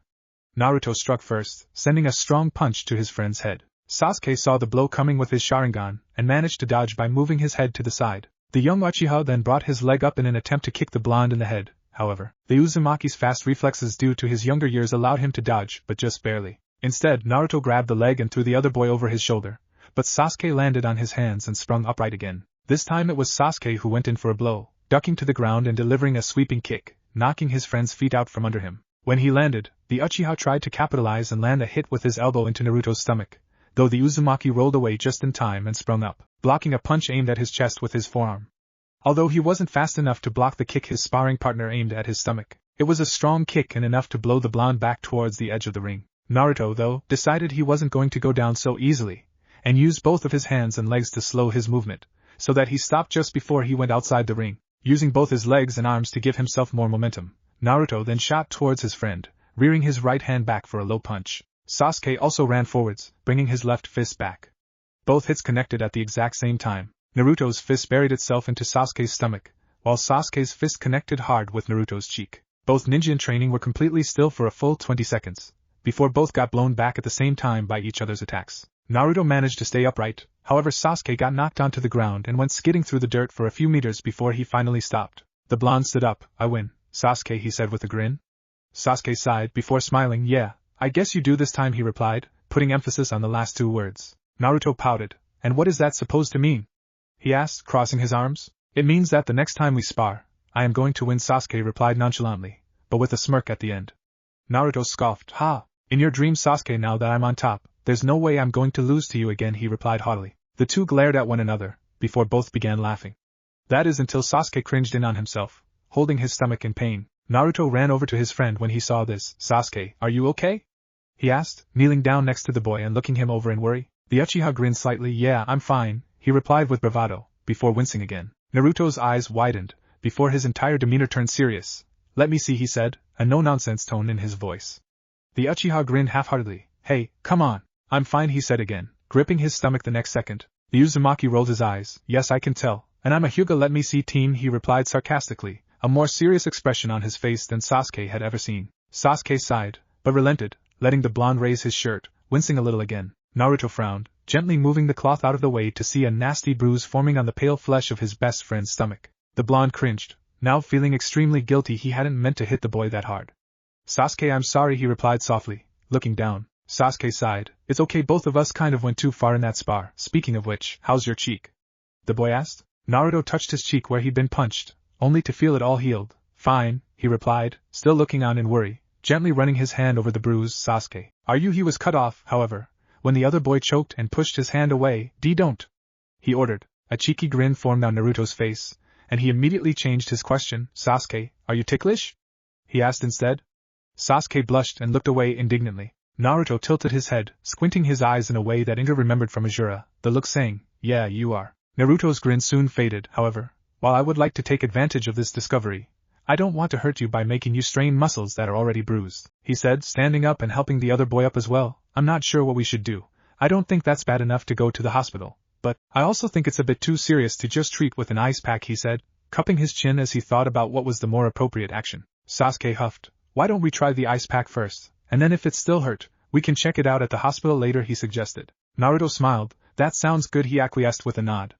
The two walked back to the Uchiha compound, Sasuke trying to act strong, but still flinching or gasping occasionally at the pain that resonated from his stomach. The blonde was so worried about his friend that he didn't even notice the hateful glares of the civilians around him as they walked home. When the two reached the Uchiha compound, Naruto left Sasuke on the step before the Genkin, while the other boy quickly went to the kitchen and got an ice pack out of the freezer. Wrapping it in a towel as he returned to the door, the Uzumaki leaned down and handed his friend the pack. Sasuke took the ice pack gratefully. In truth, he had been hiding just how painful the bruise was, as he placed the wrapped frozen block against his stomach. Wincing again as the cold object touched his tender skin, Naruto was in a discussion with his two past lives. You're getting good at my taijutsu style, but remember to take it slow, Naruto-kun, Hashirama advised as he looked at the blonde boy. Asura nodded. Just in case, I think it would be better if you learned some of my taijutsu as well. I pray that Sasuke never turns on us. But I just want to be sure you can defend yourself without either my brother or Madara being able to counter and kill you. I don't want to take the chance, he added worriedly. Naruto agreed that it would be best if he had some diversity in his fighting style. And speaking of diversity, hey, do you guys think that Madara would be willing to teach me to use a gunbai? I was thinking of using one as my primary weapon since it's one of the most versatile weapons there is, he asked. Hashirama tilted his head to the side and thought. His eyes closed as he did so. Possibly. I'm sure he would be glad to have someone to pass his techniques on to, and who would be willing to learn from him. The Senju turned to his current transmigrant with a smile on his face. Tell you what, I'll ask him for you, Naruto-kun. How does that sound? The former Shodai asked the Uzumaki.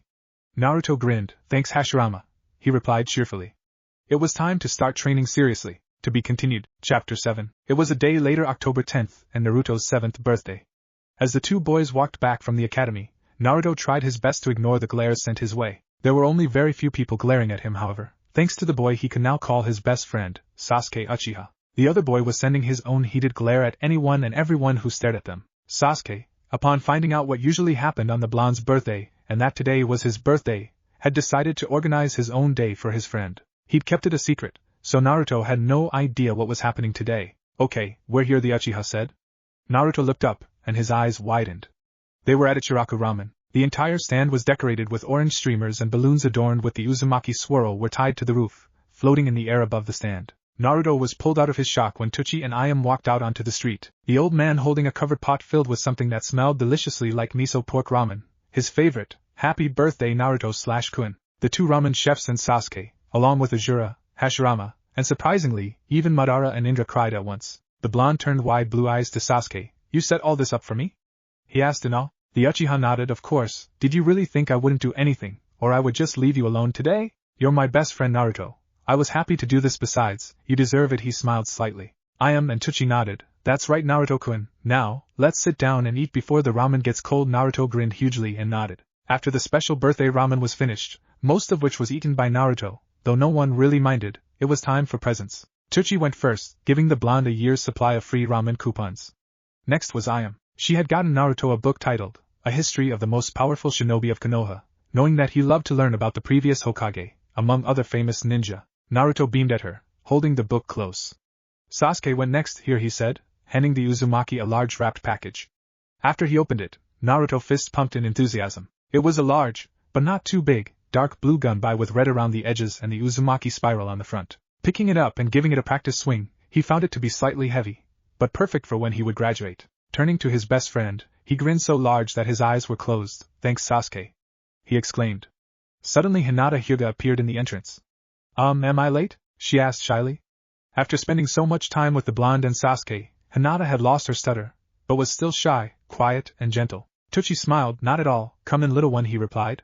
The young blue-haired girl walked into the shop, where the old ramen chef placed a bowl of ramen on the bench in front of her. Hinata smiled shyly in gratitude, before placing down the package in her arms and turning to the blonde boy she'd accidentally sat next to without even knowing it. Seeing the boy so close, the girl blushed and turned away quickly.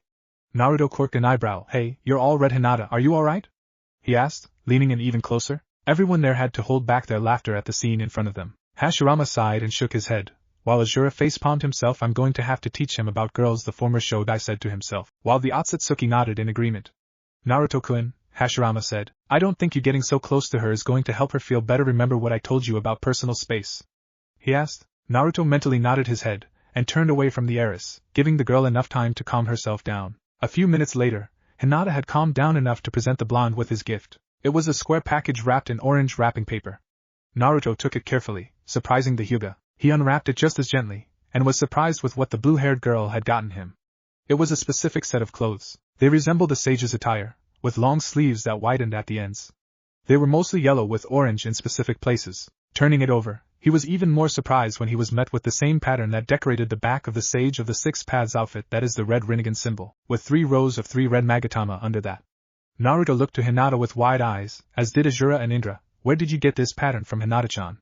He asked. Well, I had a dream about it before I started making the robes, and I felt like it just fit you, Naruto-kun, she explained, looking down. I am sorry if you don't like it, she started, but was cut off by the voice of the boy she was talking to. No, I like it. Really I do, he paused, and the girl looked up at his face. Thank you Hinata-chan, he said with a soft, grateful smile on his face. Hinata's eyes widened and her face lit up like a bonfire. She had to try very hard not to collapse.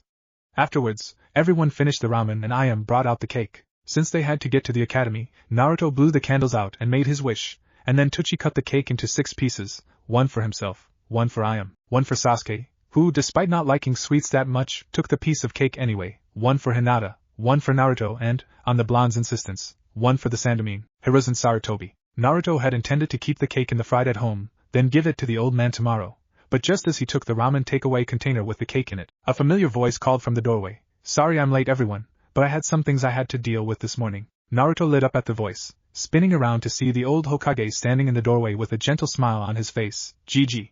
He exclaimed happily, running up to Hiruzen. The Sandaime caught his surrogate grandson in his arms, chuckling at the boy's youthful energy as he did so. Then he stopped with a look of horror on his face as the image of a man in tight green spandex with a black bowl-cut head of hair and huge eyebrows came to mind, the man performing a thumbs-up with a grin while his teeth sparkled. The Hokage shuddered as the image faded, before being brought back to reality when a clear plastic container with a piece of cake in it was held up to him. Here Gigi. This is for you. I was going to give it to you after the academy today, but since you're here I can give it to you now, Naruto explained with a smile. Hiruzen smiled back. That's very kind of you, Naruto-kun, but are you sure you want to give me your cake?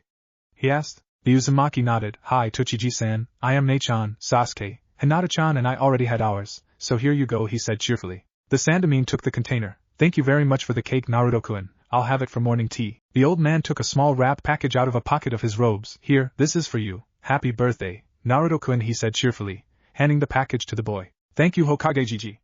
Naruto beamed, and began unwrapping the paper.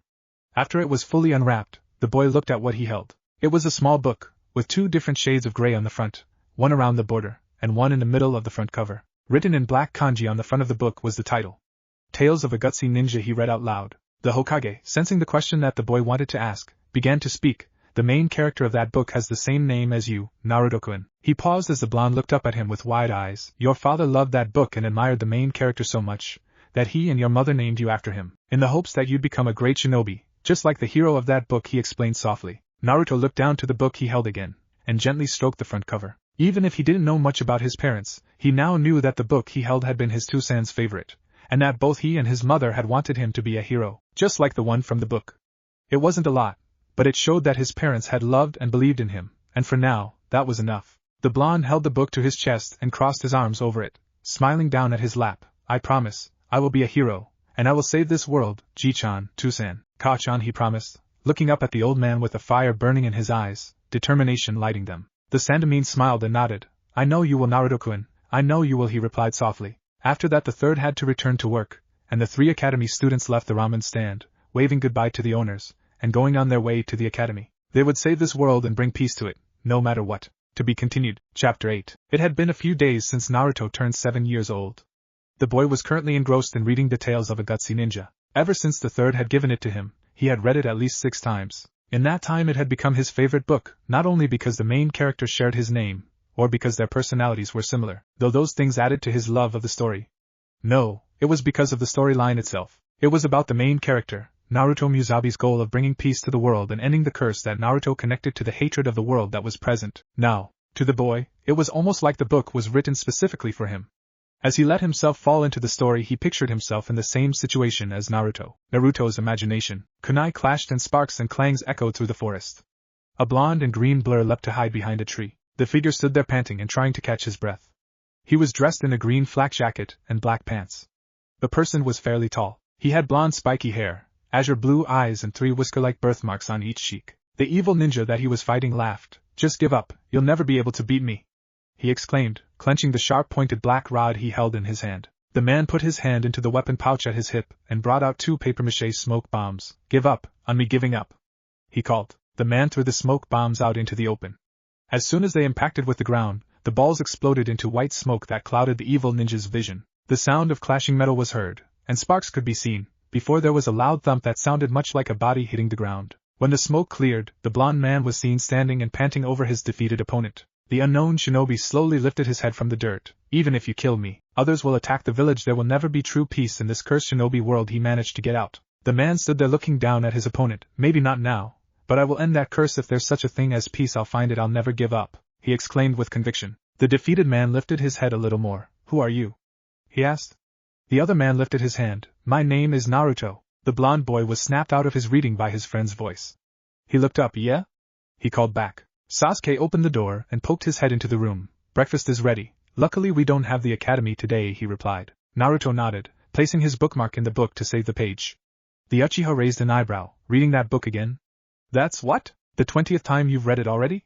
He joked with a smirk on his face. Naruto stuck his tongue out at his best friend. Ha ha ha, funny Sasuke, he deadpanned, putting the book down on his bed. I've read it so many times because it's awesome. It's about a guy who wants to end the curse that plagues the shinobi world, that curse being the cycle of hatred, and his journey to bring true peace to the world while he never gives up. It's a good book, Sasuke. You should read it too, he explained, getting up and walking out of the bedroom. Sasuke glanced down at the little book on the blonde's bed. The story that his friend had described wasn't really his thing, but he had to admit that the parallels between the story and their mission were defiantly there. He shrugged. What the hell? Sitting down, the Uchiha picked up the book and opened it to the first page. After breakfast, Naruto left the Uchiha compound. He walked around the village, watching the people around him. Despite the glares, the blonde did his best to ignore the villagers that hated him. As he walked, he thought about the book he'd been reading. The story was all too similar to their current mission. He really wanted to be like the Naruto in the book and end the hatred that plagued the world. He wanted to fulfill Senin-sama's wish and, along with his friends, bring peace to the world, but he had absolutely no idea how to go about doing it. Naruto sighed to himself. Their mission really was a hard one, wasn't it? Naruto was snapped out of his thoughts when he looked around and saw he'd arrived at an abandoned training ground without even realizing it. As he thought about whether or not to do some training, he sensed a new presence enter the field. Hey! A male voice called. Turning around, the blonde was met with the sight of an older academy student, about the same age as those bullies who had tried to pick on Hinata before. He had long brown hair, pale skin and white eyes, so he was either a hyuga or blind. The boy also had bandages wrapped around his forehead. Naruto tilted his head to the side in acknowledgement. "Can I help you?" he asked, deciding to be polite, despite the haughty air the boy seemed to exude. "You are Naruto Uzumaki, correct?" he asked. When the blonde nodded, the boy gave him a once-over, "Humph, so you are the one who has been spending time with Hinata-sama." The hyuga practically spat the name as though it were poison. Naruto's eyes narrowed. "Is there something wrong with that?" he asked. The hyuga crossed his arms over his chest. "Ever since she has met you, Hinata has been trying harder in our spars, despite the fact that it's impossible for her to win." The boy started, and the blonde raised an eyebrow. "If you are the one who has been filling her head with nonsense about being able to become strong, I demand you stop immediately. All you are doing is pushing her on a useless errand. A failure will always be a failure no matter how hard one tries. You can never escape your destiny. Your fate. Only those born with strength will ever be truly powerful in this world. Unlike you, a person who continues to defy his fate." He spoke with haughtiness. Naruto's eyes widened, then narrowed. With each word spoken by the hyuga boy, the blonde became more and more angry. Who did this bastard think he was, deciding who someone could and couldn't be? The rage he felt was not only for himself, but for his own past lives and Hinata. Both Hashirama and Asura had been failures at the beginning and had become powerful through hard work, so this bastard was insulting all four of them at once. The blonde growled. "Oh yeah. What gives you the right to decide what someone can and can't be?" he demanded. "There are loads of people all over the world who started out as weaklings and still became strong. Hell, no one is strong at birth, so what you're saying makes even less sense." He yelled at the boy. "Who the hell are you anyway?" he asked, while Asura began gently calming the blonde's anger. Getting too angry before and during a battle can be both beneficial and detrimental. It can physic you up and give you more energy and determination, or it could lead to you making a mistake and cost you the battle. Asura preferred being calm in battle, because at least then you will be less likely to make a mistake on your own. The hyuga smirked. "I am Niji Hyuga, branch member, and the prodigy of the Hyuga clan. Hinata-sama may be the clan heir, but she is too weak to ever amount to anything," he replied. Naruto growled. Okay, he didn't care what Asura said about not fighting. This asshole needed a beating. "Well, I was born without any talent, and I will beat you down and prove to you right now just how wrong you are." The blonde got into his battle stance. This was about more than just Hinata-chan now, though he would fight for her any day of the week. This was about finally gaining some respect for himself and all those hard workers who had no talent but who still worked hard to change themselves and become strong. Niji sneered. This talentless loser beat him? A prodigy of the Hyuga? Impossible. Still the other boy got into his gentle fist stance. If the boy was so eager to be knocked down, then who was he to complain? Asura and Hashirama floated worriedly nearby. "Are you sure about this, Naruto-kun?" Hashirama asked. "We've barely started your training," he pointed out. Naruto nodded mentally. "I know that, but you heard what he said. This is about our honor as hard workers. I will prove to him that you can become strong even without being born with talent or power for all of us." He thought back. Asura looked touched. "Naruto," he said softly. The two living boys glared at each other for another moment before running forwards and going to attack. Kunai clashed and sparks and clangs echoed through the air. Naruto leapt back, away from Niji. The blonde stood there panting and trying to catch his breath. Niji scoffed. "Just give up, you'll never be able to beat me," he exclaimed, adjusting his gentle fist stance slightly. Naruto reached into his hip pouch and pulled out a smoke bomb that he'd gotten from Sasuke when he'd bought him new ninja tools. "Give up, on me giving up," he called. The blonde Uzumaki threw the smoke bomb. As soon as it impacted with the ground, the purple ball exploded into white smoke that clouded the Hyuga's vision. Niji scoffed. He was trying to blind a Hyuga? Had Hinata not even explained to the boy about their clan's Byakugan? Well, she shouldn't have anyway. It was their bloodline after all. Niji, who had just been using his regular eyes, having not deemed the Uzumaki a great enough threat to use his Byakugan on, activated his dojutsu and searched around. But the blonde was nowhere to be seen. "What?" he thought as his eyes widened. "But that's impossible. No one can hide from our eyes." Just then a sharp feeling in his eyes caused him to close them for a moment, and lift his hands to rub at them. Suddenly a cracking sound caught his attention, and he opened his blurry eyes and looked down, right as the ground directly in front of him shattered and a blonde figure shot out of the earth, and nailed him under the chin with a strong uppercut. Niji was knocked off his feet by the blow, and hit the ground hard. Naruto stood there panting, looking down at the other boy with a glare in his eyes. "I don't know what you have against people who work hard, but I don't care. I have become this strong through hard work and effort even though everyone constantly tells me I'm nothing and will never become strong. I didn't give up and kept trying until I became as strong as I am now, and I'm going to keep getting stronger. I decided my own path in life, and I don't give a damn about fate or any crap like that. You can do it too. After all, unlike me, you're not a failure," he said with eyes of fire, making Niji's eyes widen. He really believed that. Naruto wobbled slightly, before finally falling to the ground in exhaustion. Asura and Hashirama looked down at the boy. "He really did it." The former Shodai exclaimed happily. Asura was just as proud of the boy as his other transmigrant. In fact, he was even prouder. You did it, Naruto. You proved to everyone that hard work and effort can make you just as strong as any natural-born genius. Thank you for standing up for our honor, he thought gratefully. Neji managed to push himself to his feet, and wobbled over to Naruto. He stood over the boy, staring down at him with an unreadable expression. Asura and Hashirama tensed when the Hyuga went over to their current transmigrant, but what he did next caused their eyes to widen. Naruto Uzumaki. Maybe it is time I stopped blaming fate for everything I couldn't control in my life, as well as blaming Hinata-sama for my father's death. He paused, reaching up to his forehead and unwrapping the bandages he wore, revealing a green mark there.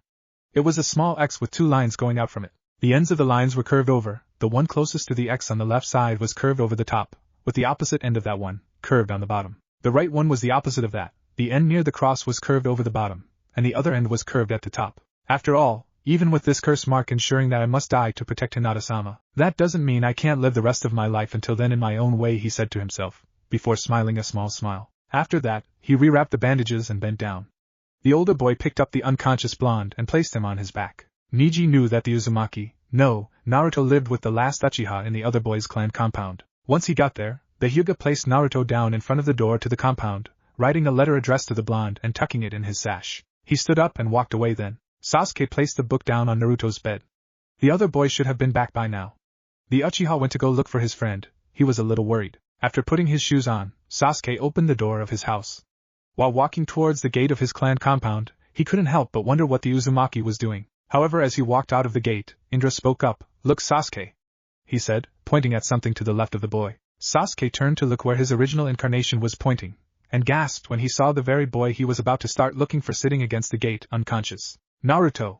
He cried, rushing over to the boy and checking him over for injuries. His clothes were covered in dirt and marks, as was his face and arms, but thankfully he wasn't injured. However, he remembered that part of the Uzumaki clan's bloodline was a strong life force that allowed them to heal fast, so that didn't mean anything. Looking around with narrowed eyes, even activating his Sharingan to check for genjutsu, Sasuke sighed when he saw that they were alone. The Uchiha picked up his best friend. You really do attract trouble wherever you go, don't you, Uzumaki? He scowled, before smiling slightly. That's what made him Naruto after all. The Uchiha turned around and carried him inside, intending to get the full story once the Uzumaki woke up again. To be continued. Chapter 9. It had been 1 year now since the Uchiha massacre, and Naruto and Sasuke were in their second year of the academy. The two boys still lived together. They would spend their lunch breaks with Hinata, their free time training with each other, or sometimes both Hyuga Academy students would join in as well. After Naruto had beaten him, Neji had become a very pleasant person to be around, and Naruto was glad to call him a friend, though of course his friendship with Sasuke was much more special. On this particular day he was alone. Sasuke hadn't felt well, and although Naruto had offered to stay home and look after the other boy, the Uchiha had told him to go to school. So here he was, sitting on one of the metal bars in the academy staring at the sky. As he sat and stared he started whistling. Asura and Hashirama just listened. He was defiantly very good at singing and whistling. When he swung too far back, he simply hung there by his knees, continuing to whistle. Just then he heard a sound in the bushes nearby. Naruto reached up with his hands and grabbed the bar. Quickly he flipped around and onto his feet, letting go of the bar as he did so. He stood up and looked at the bushes. About 10 seconds later, 4 children appeared and stood around him. Naruto grinned slightly. He recognized these children.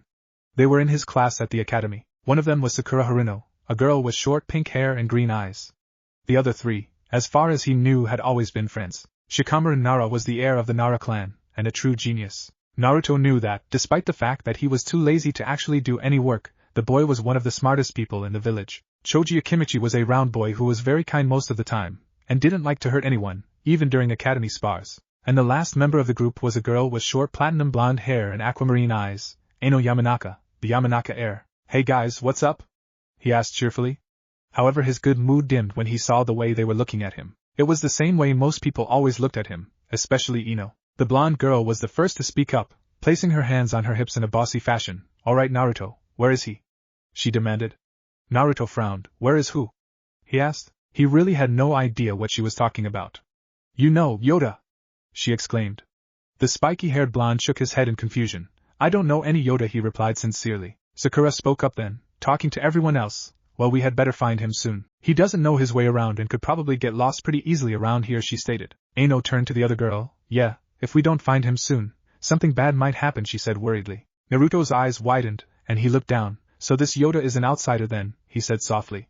The other kids all turned to look at him. The Uzumaki clenched his fists in anger, before he looked up. If he's an outsider, why do you care so much about him? He demanded. Why are you so worried about him, when you all still look at me like that?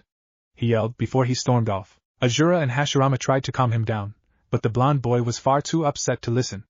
As he walked farther into the forest, Naruto began to calm down slowly. He sighed, he just wished that there would be more people that would accept him. Hell, he didn't even play pranks anymore, so why? The Uzumaki stopped beside a tree, before he noticed it beginning to rain. Asura looked around. A sun shower? As he stood there looking around also, Naruto heard the sound of someone crying. When the blonde followed the sound, wanting to know if someone was hurt or upset, he found a boy on a tree branch, sobbing. Hey, are you alright? He asked. The boy just continued crying. Naruto frowned. What's your name? He called. It's Yoda. The boy called back. The blonde gasped. You're Yoda? What are you doing up there? He asked. Yoda cried harder. I'm lost. He called, as the rain started getting stronger. Naruto gasped and jumped over to the tree trunk to try to keep from getting too wet. The Uzumaki looked around. Is this your jutsu? He asked.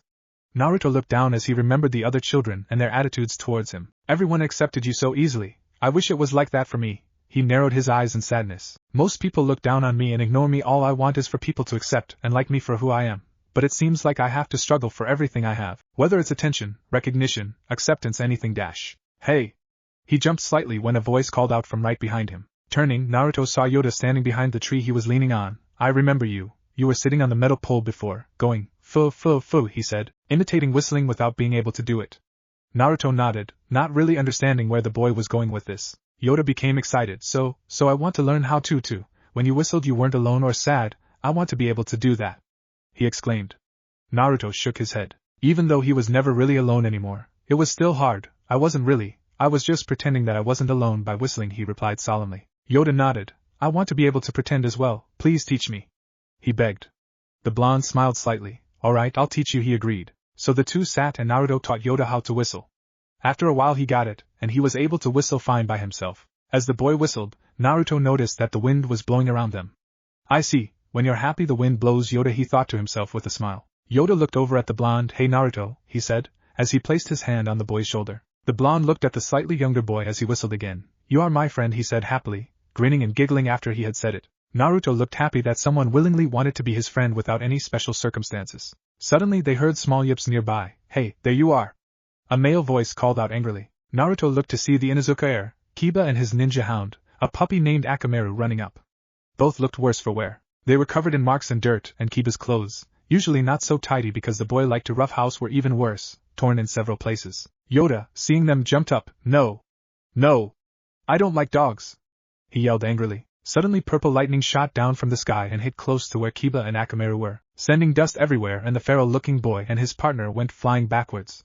Soon bolts of lightning were going everywhere. Shikamaru, Choji, Ino and Sakura soon ran up. Yoda! Sakura called, before they all had to duck as a bolt of lightning shot over their heads and shattered a boulder. Soon everyone was running around frantically, desperately trying to avoid the lightning bolts and the subsequent debris that were everywhere, while Yoda was huffing angrily. Naruto, Ino, Choji, Shikamaru, Sakura, Kiba, Akamaru and Yoda were playing Kick the Can together. Asura and Hashirama were watching curiously, trying to figure out the mechanics of the game. It seemed to be a combination of various games, mainly tag, hide and seek, and capture the flag. As Kiba was it, everyone else went to hide. Yoda ran to Naruto. I want to hide with Naruto, he exclaimed, laughing happily. Naruto looked around frantically. Yoda! Not now, he'll find us, he whispered harshly, as it began to snow slightly, indicating that the other boy was happy. No, go, Shugo, hide somewhere else, he demanded, crouching behind a bush as the boy began to sob, the snow turning into a sun shower. Shortly after that Yoda ran off, and Kiba found him. Damn it, Naruto thought, walking towards the middle of the field, is there someone who'll kick the can to save me? He wondered to himself. As the blonde reached the ring with the can, all the others ran up to him. Naruto smiled. You guys, he said happily, while his two past lives also smiled, happy for the boy. Sakura looked around. Wait, where's Yoda? She asked. Everyone looked around and began calling for the boy. Suddenly, Ino gasped and pointed. There! She called. All the children looked and saw a sun shower above some trees a short distance away. Yota's crying. Choji said, let's hurry. Naruto cried. Everyone nodded and began to run in the direction of the rain. When they reached the spot, they saw their friend hanging inside a net, with Anbu Shinobi pulling the net up. Yoda was sobbing, unable to get free and swinging widely as the net moved. Hey! What do you think you're doing? Naruto called angrily. One of the Anbu who was on the ground turned to them. This person is dangerous, we are taking him in for questioning, he replied in a monotone. Naruto growled, Yoda's not dangerous. Let him go, he demanded, pointing at the man. The ANBU member grabbed the blonde's arm, holding it in a tight grip that made the boy cringe and try to pull away. Everyone began yelling at once, trying to get the shinobi to release their friends. Naruto lay on his bed in Sasuke's house. The young Uchiha was still sick, however he was getting better slowly. He'd had a bath and some medicine and was now sleeping. Naruto had checked on the other boy when he'd finally gotten home, and Indra had told them that his transmigrant had a headache, and they should try not to disturb him if they could. Naruto was thinking about Sasuke's condition, his other friends and Yoda, when he heard a knock at his window. The Uzumaki turned to look and his eyes widened. There at his window were Kiba, Akamaru and Shikamaru. The blonde walked over to the window and opened it. Why are you guys here? He asked. Shikamaru shook his head. Did you really think we would abandon you? No matter how much of a drag it is, we are all still friends, he smirked slightly, while gesturing to a point behind him. Looking further out the window, Naruto saw Ino, Sakura and Choji on the next roof over. Everyone, he said happily. Kiba grinned. We're going to rescue Yoda, all of us, he declared, while Akamaru yapped in agreement. Suddenly something caught the Uzumaki's eye. He pointed. There's a sun shower over there. They all looked to where Naruto was pointing, above the Hokage Tower. Underneath the Hokage Tower was a secret room used by the ANBU to interrogate people in. It was in this room that the captured Yoda sat tied to a chair while several ANBU members stood around him. Where are you from? What village? One asked in a monotone. Yoda looked up at them, his eyes filled with tears, but he tried to answer calmly. I don't know this stuff. Ask me easy questions. Where are you from? What village? The same operative repeated. The terrified boy started to sob, before he began to cry loudly. Suddenly all the ANBU froze as their bodies stopped responding to them. Shikamaru slid open a panel in the wall. Shadow possession jutsu a success, he said, climbing into the room, with everyone following behind him. Yoda looked at them happily. You all, he said, though he seemed tired. Naruto ran up with Kiba, Akamaru, Choji, Ino, Sakura and Shikamaru and he began to work at the knots. We came to rescue Yoda. We are all friends after all, he said, grinning happily. Suddenly bright lights came on above them, canceling out Shikamaru's shadow. One of the ANBU hit Naruto in the back of the neck, paralyzing him. The Uzumaki fell to the ground, unable to move. All the children looked around worriedly as the ANBU operatives closed in around them. Naruto struggled to move, as Hashirama and Asura began channeling their chakra through the blonde in an attempt to reverse the nerve paralysis. All of you will be arrested for interfering in the protection of this village, the ANBU captain said, looking specifically down at Naruto. The Uzumaki glared up at him, still unable to move. Interfering in the protection of the village? What the hell are you talking about? We're just trying to save our friend, the blonde said. Yoda meanwhile stared down at the blonde boy with wide eyes filled with wonder and horror at the thought of what these people would do to those he'd come to care so much about. With him having no one else, these children were his only friends. Friend, that's right, Naruto is my friend, he yelled, using his lightning on all of the ANBU at once. However, using his jutsu on such a large number of people at once, and having to create that lightning out of his own chakra, since they weren't outside, drained him considerably. The boy sat panting and gasping as sweat dripped down his face from the exertion. Asura and Hashirama were at that moment finally able to override the paralysis, and Naruto jumped up. He turned to everyone. Let's get out of here, he cried. Everyone nodded and raced to untie Yoda. The group of children ran through the forest, an exhausted Yoda being carried on Naruto's back. When they made it to the river, everyone looked at it. If we can cross the river, we'll be safe, Kiba said. Akamaru barked in agreement. Naruto nodded. Right, let's go somewhere Yoda can be free, he proclaimed. Then all 6 children plus 1 dog plunged into the water, wanting to get their friend to safety. Naruto-kun, be careful, the current is strong, Hashirama warned. Naruto nodded. As they slowly and carefully made their way through the water of the river, the others holding him up and making sure Yoda didn't fall off. Suddenly, Naruto's foot slipped down into a hole, and he fell under the water's surface. Naruto! Ino cried, but just as quickly the blonde-haired boy resurfaced. I'm okay, he said, gasping for air. Suddenly they hit a rapid and the force of the water caused all of them to lose their balance and sink into the river. Naruto, however, was swept further away than the rest. Yoda opened his eyes under the water. The Uzumaki boy was being dragged further downstream. With a sudden surge of chakra stemming from his desire to save his friend, the boy used his control over water to shoot over to the Uzumaki, grab him and push him to the shore. Naruto gasped when he surfaced on the other side of the river, coughing and spluttering. Naruto! Yoda! The screams of his friends drew his attention behind him. Turning, that was when Naruto saw Yoda face down in the water, being carried away by the stream. Scrambling to his feet, the Uzumaki ran after his seemingly unconscious friend. As both parties drew nearer to the shallows, they saw the form of Yoda's small body laying face up and unmoving. Everyone crowded around the boy, calling out to him, trying to wake their friend up. Yoda slowly opened his eyes. Naruto, everyone, you're okay, he said weakly. Naruto leaned over the boy. Hey, you're going to be okay, Yoda, you will, he said, trying to convince everyone of that. The other boy smiled sadly. It's okay. I know I'm dying, but you should all forget about me. Otherwise it'll be painful, he said raggedly, holding up his hand. Naruto grabbed it and squeezed it. We could never forget you, you are our friend, he exclaimed, as everyone also grabbed the boy's hand and squeezed it comfortingly. Yoda closed his eyes. Friends, this is the first time I've had friends before, but I don't want you to have to suffer because of me. A blue glow emanated from the boy's hand. Thank you all. I'm truly happy to have been able to have met you, but now it's time for me to go. Yoda erased everyone's memories of him and all the time they spent together. All the children collapsed to the ground, except for Naruto. He still sat upright and held onto his friend's hand. Why, Yoda, he whispered, before he too collapsed to the ground unconscious. Naruto sat in the academy's playground, eating lunch with Sasuke and Hinata. The Uchiha had recovered from his fever and was back in school. As the three sat, Sasuke noticed that his best friend looked depressed and sad. He placed his chopsticks down. Hey, what's wrong, Naruto? He asked. The blonde looked up at the sound of the Uchiha's voice. When he'd registered the question, Naruto looked down. It's nothing, Sasuke, nothing at all, he replied, hiding his sadness. Looking up, he saw Shikamaru, Ino, Choji and Sakura sitting and eating together in another part of the schoolyard. Kiba was running around with Akamaru. They had all gone back to their own lives.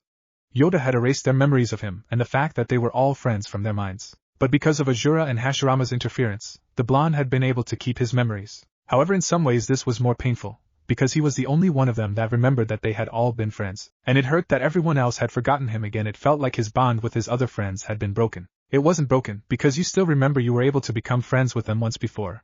Who's to say you can't do it again? Hashirama asked. Asura nodded. Bonds are more than just physical. As long as one person remembers and still considers the bond precious to them, it can never truly break. Naruto, the Otsutsuki said, placing his hand on his transmigrant's shoulder, even though it couldn't really be felt. Naruto nodded. You're right, and there's no reason why we can't become friends again even if they've forgotten. I still remember, and we will be friends again one day, he thought back. Naruto turned to face Sasuke and smiled. They would all be friends again. All of them. To be continued. Chapter 10. Today was the day.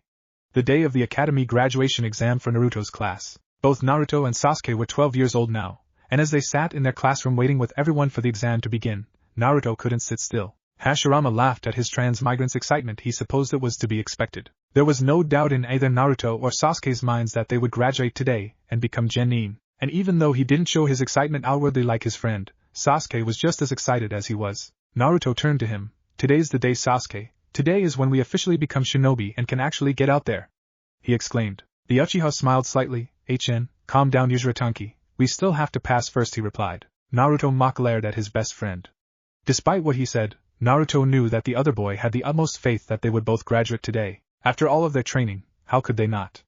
Sasuke was wearing a long-sleeved dark blue shirt and white shorts today. The back of his shirt was decorated with the Uchiha clan symbol.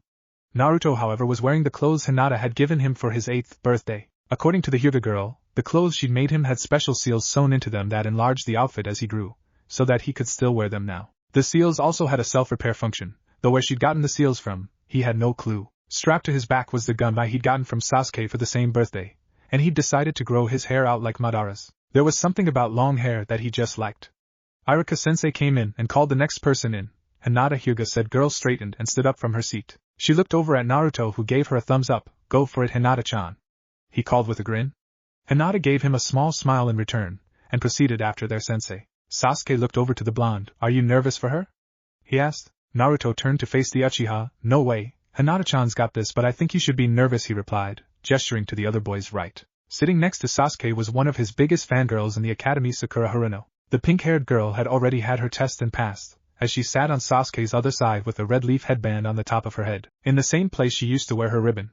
Sakura was staring at Sasuke with a love-struck look in her eyes, and oh god, were those real hearts? The Uchiha inched closer to Naruto, shuddering at the look. She better not be on our team, he whispered uneasily to the blonde. Madara humphed. What happened to kunoichi these days? Back in my day, even though they were women, kunoichi were still shinobi. These days though, they may as well be good only for continuing families, he said, crossing his arms over his chest. As Naruto and Sasuke grew in age, so had their previous transmigrants in appearance. Therefore Indra, Madara, Asura and Hashirama now all looked like they did when they had been 12 years old. For Madara and Hashirama, it was very nostalgic, as both boys had first met and spent most of their friendship at this age. It was then that Hinata walked back into the room wearing her brand new ninja headband hanging from her neck. Naruto beamed. Well done, Hinata-chan. You passed, he exclaimed happily. The Hyuga blushed. Naruto had complimented her. Thank you, Naruto-kun, she replied, sitting down. In the years they had been friends, Hinata had come out of her shell, more due to Naruto's influence than anyone else's, but she was still shy around the sunny blonde. It was somewhere around the last 2 years that her shyness had gone from general to due to liking the boy as more than a friend. However, Naruto, despite being smarter due to Asura, Hashirama and Sasuke's influence, was still very dense when it came to the feelings of girls. As nice as he was, he still didn't realize that Hinata's like of him was anything more than what a friend would feel. Yes, she blushed and would stutter around him, but he just thought that she was still shy like she had been when they were younger. Kiba Inuzuka the feral boy stood up, with Akamaru in the front of his gray fur jacket. "Let's go, Akamaru, this test'll be a piece of cake," he exclaimed confidently, with his ninja hound barking in agreement. Naruto became a little sad. He still hadn't forgotten how Sakura, Kiba, Ino, Choji and Shikamaru had all been friends with him all those years ago. Having Asura, Hashirama, Indra, Madara, Sasuke, Hinata and Neji helped, but only so much. He'd lost 5 friends in one day. It was still painful to think about, even now, especially having them all so close but so far away at the same time. He hadn't told anyone, not even Sasuke. The only ones who knew about that time still were himself, and his 2 previous transmigrants. Kiba walked out of the academy's testing room with his headband tied around his forehead a few minutes later. "Yahoo! I knew we would do it, Akamaru," he exclaimed, while the ninja hound yipped happily for his partner and master. Next, Shikamaru Nara the lazy boy opened one eye from the table where he'd been trying to sleep. "What a drag," he mumbled, getting up and slowly ambling into the room. Naruto snickered quietly. That was Shikamaru all right. That boy would find breathing troublesome if it wasn't required to live. A few minutes later the pineapple-haired boy walked back into the classroom with his headband tied around his upper arm and slumped back into his seat next to Choji. The plump boy was sitting, you guessed it, eating chips with his headband sewn on a bandana type of thing that allowed pointed tufts of hair to stick out the sides. "Sasuke Uchiha," Iruka called. Sasuke stood from his seat. "Well, wish me luck, Naruto, even though you and I both know I won't need it," he said with a slight smirk. Naruto rolled his eyes with a grin. "Just get in there, Uchiha, you arrogant team," he replied. Sasuke huffed in amusement, before heading into the testing room. That was something that had sort of become a running gag to the 2 boys. They would compete to see how many times they could insult each other. So far it was Sasuke in the lead with 50 uses of the word Uzuratanki. Naruto was just behind with 45 uses of team. "It's almost time, there's no way Sasuke won't pass, and then it's my turn," Naruto thought. They'd already done the rest of the test the day before a written exam, which, Naruto was sure he'd gotten at least mostly right. An accuracy test with shuriken and kunai. After hours of practice, Naruto's effort had paid off, as he'd gotten almost every hit in or close to the center of the target. And a taijutsu exam, during which the students had spared against their teachers, and Naruto must say, after all the crap he'd put up with from the man over the years, it was so gratifying to be able to beat Mizuki with almost no restrictions. Even Asura had to agree that there was something up with that teacher and how much the man hated him. Soon the Uchiha returned with a blue headband tied around his forehead. Naruto smiled at his best friend. "Well done, Sasuke, I never doubted you for a second," he said as the boy walked over and sat back down next to him. The Uchiha turned to look at him. "Are you ready?" he asked. Naruto did a thumbs up. "Of course, Dadabayo." Sasuke sighed. He'd been trying to help his friend get rid of his annoying verbal tic for years now, but the blonde hadn't wanted to let it go. Iruka walked back into the room. "Naruto Uzumaki," he called. Naruto bounced up. "This is it, the first step to achieving our dream, our goal," he thought excitedly. The blonde Uzumaki composed himself, and walked into the room calmly. Iruka and Mizuki sat at a table with several ninja headbands on it, all blue in color. Naruto stood before the table. As Iruka spoke up, "All right, Naruto, perform the transformation jutsu," he said, pen poised over a sheet of paper, probably his grades. The boy nodded, and formed the hand sign, transform. When the chakra smoke cleared, Asura's jaw dropped before he smiled warmly, while Hashirama chuckled. "Only you, Naruto," he said to himself. Naruto had taken the form of an old man with graying skin and long spiky grayish red hair, with a long goatee of the same color. He was dressed in a white version of his own robes, and he had 2 horns and a red eye on his forehead. In his right hand the boy-turned-old man held a black dual-headed shikujo. The bottom had an open loop, almost like a crescent moon, while the top had a full ring, with many ringed hoops hanging off it. The only thing he changed was his eyes. People would freak out if they saw the Rinnegan. So he just had normal eyes with the iris as plain purple instead, although if you looked close enough, you would see a ring in the iris, going around the pupil. Naruto had transformed into the Sage of the 6 Paths, unknown to his 2 teachers. Both men looked slightly confused. Well, that's interesting, Naruto, where did you come up with this figure?" Iruka asked. In slight awe of the transformation, it was very detailed. "Oh, he is a very significant figure from a distant past. In fact, he is one of the people I admire most in the world," the pseudo-sage replied. While Asura almost choked, he even had the voice right too. Iruka nodded. "All right, thank you, Naruto, you can undo the transformation now," he said. Naruto nodded, and in a cloud of smoke, he was once again Naruto Uzumaki. Asura exhaled a silent sigh of relief seeing his father again after so long, even if it was just the transformation had shaken him up slightly. "Next is the substitution jutsu," the scarred teacher said. Naruto substituted with the chair in the corner without forming any hand signs, a feat which had taken many long hours of practice to achieve. Iruka looked impressed. No hand signs impressive Naruto. That's normally a Jonin skill, and even then, most people can't perform any jutsu without hand signs, he praised, marking it down. Naruto glowed at the praise, but the next words from his teacher brought his mood down. Alright Naruto, just create 2 clones and you pass, he said. Naruto was sweating internally. Damn it all, why did it have to be clones? Why couldn't it have been anything else? That's the one jutsu I can't do, no matter how much I practice. On the outside, however, the blonde boy showed none of his internal panic. Taking a deep breath, the Uzumaki brought his hands up into the hand sign for the clone jutsu. He had long ago been told of his huge reserves by his 2 past lives, and they had agreed that that was the reason for his inability to form the illusionary constructs. He didn't even know why the clone jutsu was considered ninjutsu instead of genjutsu, none of which he could do. Okay, I can do this, focus, concentrate. He focused as small an amount of chakra as he could into the technique. There was a cloud of chakra smoke next to him. When he turned to look, there was what looked like a dead clone of him, as it was so pale, shakily standing next to him. Iruka sighed, and Naruto lowered his head. I'm sorry Naruto, I'm afraid I can't pass you, he said despondently. The blonde closed his eyes and clenched his fists as his clone dispersed. Damn it! He yelled suddenly, leaping out of the open window. He knew they weren't supposed to, but right now, he didn't care. Naruto sat on the swing in front of the academy, sadly watching all the other kids happily being congratulated by their parents. Why, he thought to himself, I trained so hard, I worked on my transformation jutsu until I could transform into perfect copies of people. I practiced constantly with the substitution until I could do it without hand signs. Why isn't it enough? Why is it never enough? What good is working yourself into the ground if it does nothing for you? He asked himself. The Uzumaki closed his eyes. Would my parents be disappointed in me?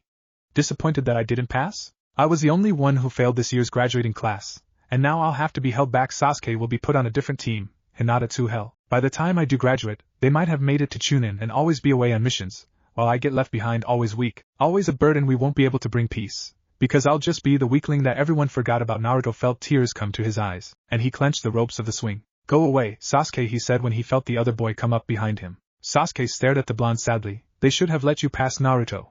I don't care what they say about you not being able to form clones. You are a great shinobi, and if you had graduated, but I didn't, Naruto exclaimed, standing up abruptly and whirling on the other boy. No matter what I do, or how hard I work, it's never enough. Is it not enough for these people that I trained until I had almost used all my chakra to perfect my substitution without hand seals? Is it not enough that I worked on my memory for hours so that I could make sure my transformations would look as authentic as possible? Is it not enough that I trained until exhaustion with kunai and shuriken so that I could make sure I would hit all the targets? Hell, I even locked myself in my room and studied for hours until I was sure I knew the answer to every question on the test. But because I couldn't make a stupid fake clone, I couldn't pass. He screamed, face red from crying and his yelling. Why? Why isn't it enough?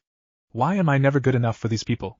He sobbed, collapsing to the ground and pulling at his hair in helpless frustration. Sasuke watched all this with wide eyes, before realizing that his determination to become as strong as possible, and the fact that he was already at the top of the class for so long, probably hadn't helped the boy in his efforts. It must have seemed like no matter how hard he tried, Naruto could never reach his level, much like how he'd always thought of Itachi before the massacre. Somehow thinking about his family, older brother and the massacre had become easier the longer he spent with Naruto. And now he was able to look back and compare Naruto with how he used to be. Thinking about what he'd learned from Indra as well, he could compare this especially to his friend's first life too. Sasuke took a deep breath. Maybe we could go talk to the third about it. I mean, after all, you are right about your performance on everything except that clone jutsu. I'm sure the old Hokage could make an exception. Besides, he may just have 1 or 2 jutsu that you can use instead of that weak illusion, he said, placing an arm around Naruto's shoulder. Don't give up, Naruto. If Asura's hard work paid off, yours will too. I know it, he said, squeezing his friend slightly. Naruto looked up and wiped his eyes. You're right, Sasuke. Thank you, he replied shakily, smiling slightly at his first and best friend.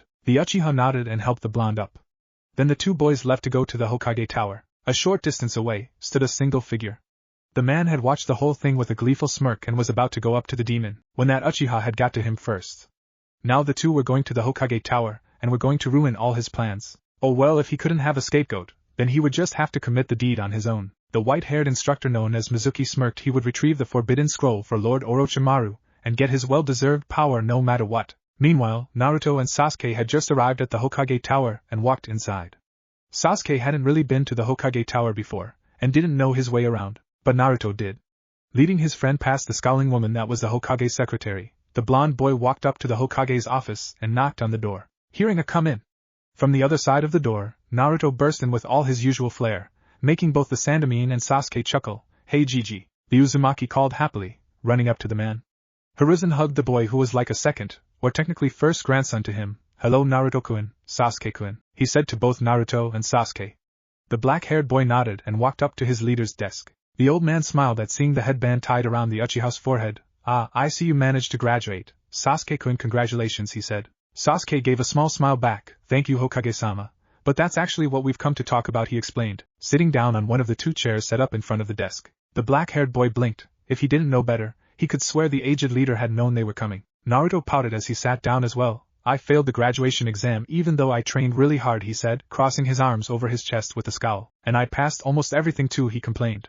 Hiruzen tilted his head slightly. "Oh, what was the thing you didn't pass?" he asked curiously. "Deciding not to use the word fail. I couldn't do the stupid clone jutsu cause I have too much chakra. Or at least that's what Sasuke says is the problem. I worked really hard on my chakra control, but I still can't make a single proper clone," he said exasperatedly. "Iruka-sensei was really impressed with everything else, and I probably would have passed if it weren't for that one jutsu," he said sadly. The third Hokage was thinking, too much chakra, huh? Well, I can see why. With him being an Uzumaki and the Jinchuriki of the Kyuubi as well, maybe he could use that jutsu though, he wondered to himself. Suddenly he was brought back to reality by a hand waving in front of his face. "Uoki Jiji. I was trying to talk to you for the last few minutes?" Naruto said. Hiruzen smiled. "I'm perfectly fine, Naruto-kun. In fact, I may have the answer to your problem," he replied. The old man gestured for Naruto to stand up. After he did so, the aging Hokage got out of his chair and walked up to one of his bookcases. "What I am about to do, either of you are to speak about, understood?" he asked, and the tone of voice he used was defiantly the voice of the third god of shinobi. Both Naruto and Sasuke straightened slightly and nodded. "Hi, Hokage-sama," they replied in unison. Hiruzen nodded and pulled one book without a title partly out of the shelf it sat on. To the boy's amazement, the entire bookcase swung inwards to reveal a secret room. Naruto had his jaw hanging on the ground. "You never told me about that. How can I be Hokage if I don't know where anything is?" He whined in his head to Hashirama, staring at him out of the corner of his eye. The former Shodai Hokage held up his hands in innocence. "Don't look at me like that. I didn't know about this. It must have been something that was put in after I died," he replied. Naruto decided to take his word for it since it did make sense, and turned his attention back to the Sandamine just as the man emerged from the hidden room holding an enormous scroll. "Hey, that's my scroll, the one I made with all forbidden jutsu that I encountered in the village," Hashirama said, watching his brother's student with interest now. Upon placing the scroll down on his desk, Hiruzen unrolled it and began to read through the jutsu listed. Here we are. The shadow clone jutsu creates solid clones of the caster, as long as he or she has large enough reserves and a strong enough mind," he said, pointing to a specific technique on the scroll. "It can also be used for reconnaissance, since all knowledge that the clone gathers during its life returns to the caster upon the jutsu's release." The old man looked up and smiled. "I think that sounds just perfect for you, don't you think, Naruto-kun?" he asked. The Uzumaki nodded. "It sounds awesome. How do you perform it?" he asked. After giving brief instructions on how to perform the technique, Naruto crossed the index and middle fingers of both hands in front of himself, focused a large amount, well, large to anyone else at least, of chakra and called Shadow Clone Jutsu. A huge cloud of smoke filled the room, and when it dissipated the room was filled with at least 30 solid clones of himself. The Uzumaki's eyes widened. "Holy," he breathed.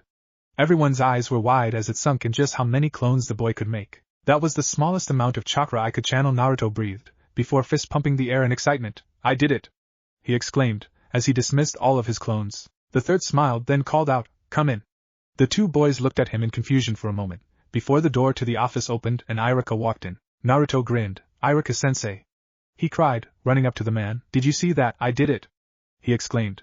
Iruka nodded. "Yes, you did, Naruto. Do me a favor and close your eyes for me, okay?" he asked. The boy tilted his head to the side in confusion but did it anyway. Naruto then felt something being wrapped around his forehead and tied at the back. "Okay, you can open your eyes now," the academy teacher said. Naruto did as he was told and saw Iruka without his headband standing in front of him. The blonde reached up to his forehead and touched something cold. Then it hit him. It was Iruka-sensei's headband. "Congratulations, Naruto, you graduate," the teacher said. Naruto's eyes widened before they started watering, and he threw himself into the man's arms. "Iruka-sensei!"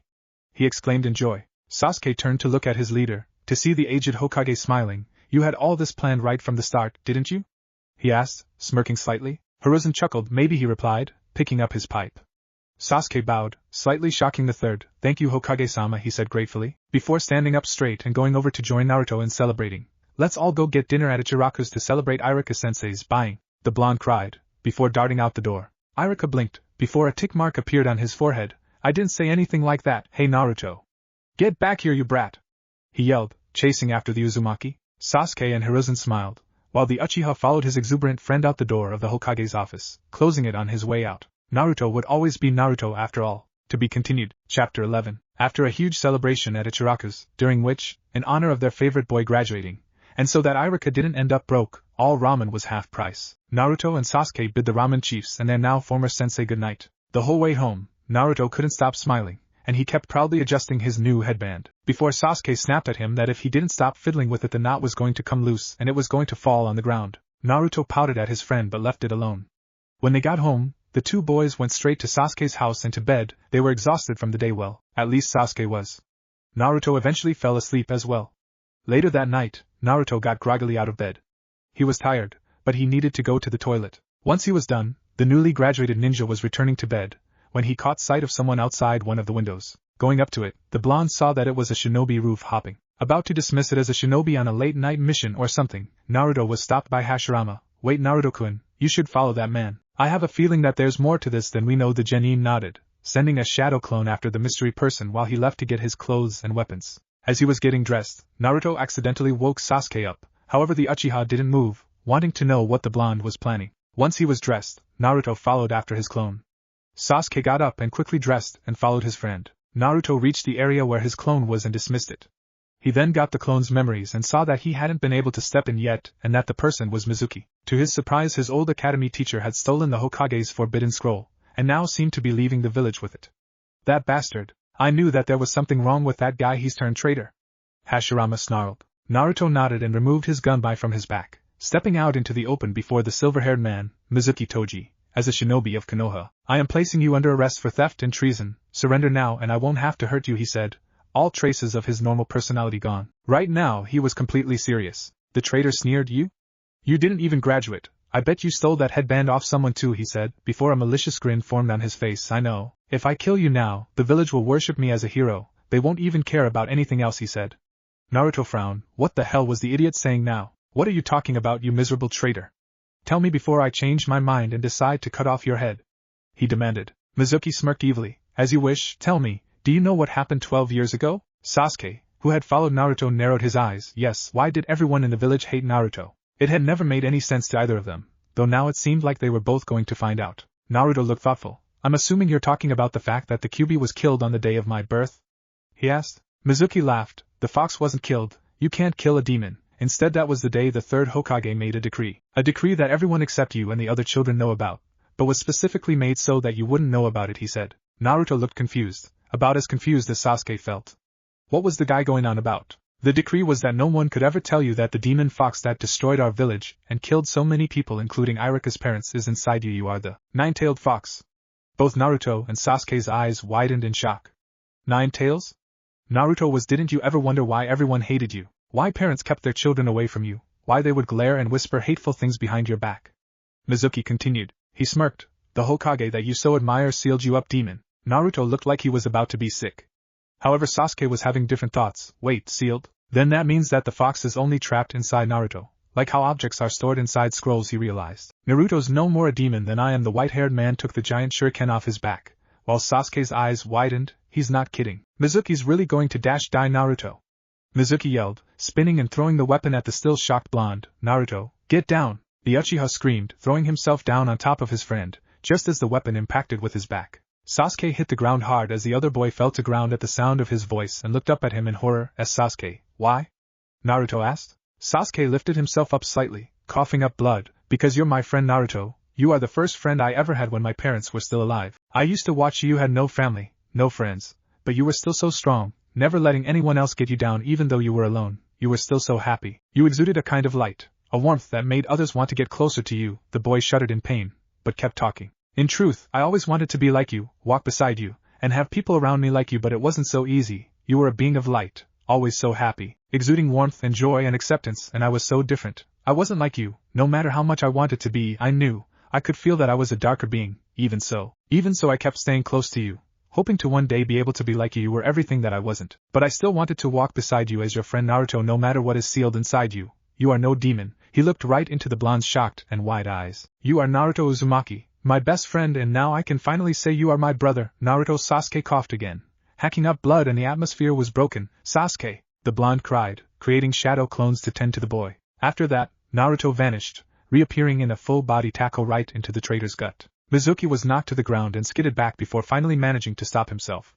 The man stood up, glaring at the Uzumaki. Naruto stood there with his hair and headband shadowing his eyes. If you ever hurt Sasuke, my home, or any of my other precious people again, he looked up. Blue eyes steely in the moonlight. I'll kill you, he said darkly, and the tone in his voice left no room for doubt. Just try it, demon fox. I'll destroy you easy, Mizuki cried haughtily.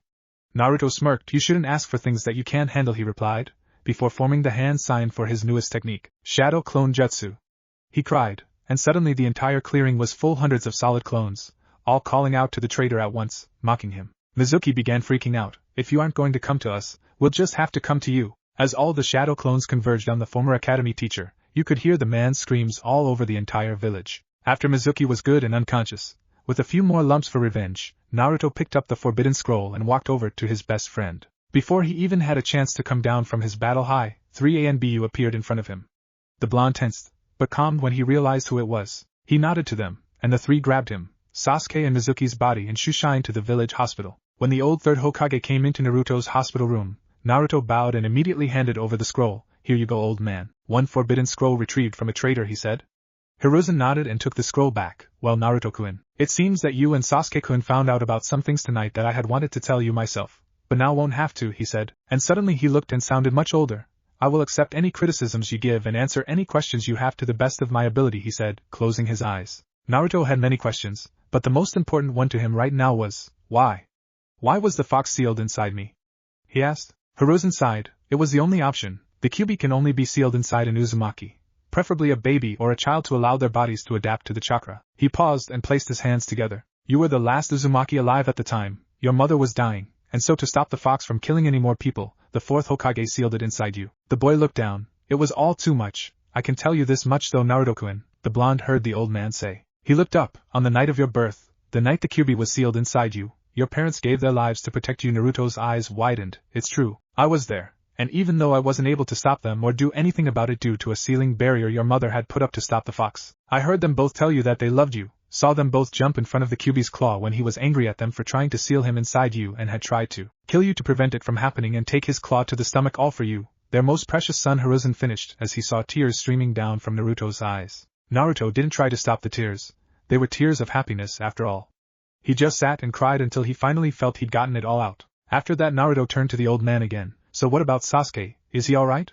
The Uzumaki asked worriedly, drying his eyes. If anything had happened to that boy, he's fine. The Hokage's words caused him to sigh in relief, thank God. But he is here in the hospital as well. Don't forget, he did take a demon wind shuriken to the back, Hiruzen reminded him. The blonde looked down. It was my fault. If I had been stronger, or faster, I might have been able to move out of the way and Sasuke wouldn't have had to have been hurt. Naruto sniffed, looking at his hands. I wish I were stronger. That way people wouldn't have to protect me all the time, they wouldn't have to sacrifice themselves for me. I don't want to be weak anymore. Damn it, he exclaimed in anger, slamming his fist down onto the bed. Hiruzen looked sadly at the boy as he sobbed. I just want to be able to protect the people who are precious to me, he said sadly, instead of being weak and letting them die. The third placed his hand on Naruto's shoulder. You will be, Iruka, myself, Tsuchi, I am, Hinata, Niji and Sasuke all believe in you. You have precious people. Now all you need to do is to believe you can do it, he said with a warm smile. Naruto nodded and smiled back. Hey old man, can I go see Sasuke? He asked. The old Hokage smiled and nodded, helping the blonde out of bed. The two walked through the hospital hallways, until they reached a room labeled, Sasuke Uchiha. The third knocked on the door. Sasuke-kun, are you awake? You have a visitor, he asked, with a soft smile. There was a moment of silence, before Sasuke's voice could be heard from inside the room. Come in, Hokage-sama. The old man opened the door, and Naruto almost shot inside. Sasuke, he exclaimed, gasping with relief when he saw the other boy sitting up in bed with his shirt off and bandages wrapped around his chest, to cover the wound on his back. He had a book in his lap and had obviously been reading. His eyes brightened when he caught sight of his friend. Naruto, you're alright, he exclaimed happily. The Uzumaki walked up to the other boy. Of course I am. What about you? He asked with worried eyes. Sasuke smiled slightly. I'll be fine. The shuriken didn't go in too far, and missed all my vital spots. The doctor said I should be able to leave in about a week, he explained. The Uzumaki narrowed his eyes slightly. So you're alright? He asked. The black-haired boy nodded. Hi, unless you count dying of boredom a problem. He was cut off however when a fist hit him on the back of the head hard. Oh. Naruto, what the hell? He cut his words off immediately when he saw his friend's face. Naruto was red with anger, and had tears streaming down his face. What the hell were you thinking, you idiot? He screamed, causing the other boy to flinch. You accuse me of always doing stupid things? I at least know my limits, and that I can heal relatively easily from bad injuries, but you on the other hand, you could have died, Sasuke, and then where would we be? Moreover, where would I be?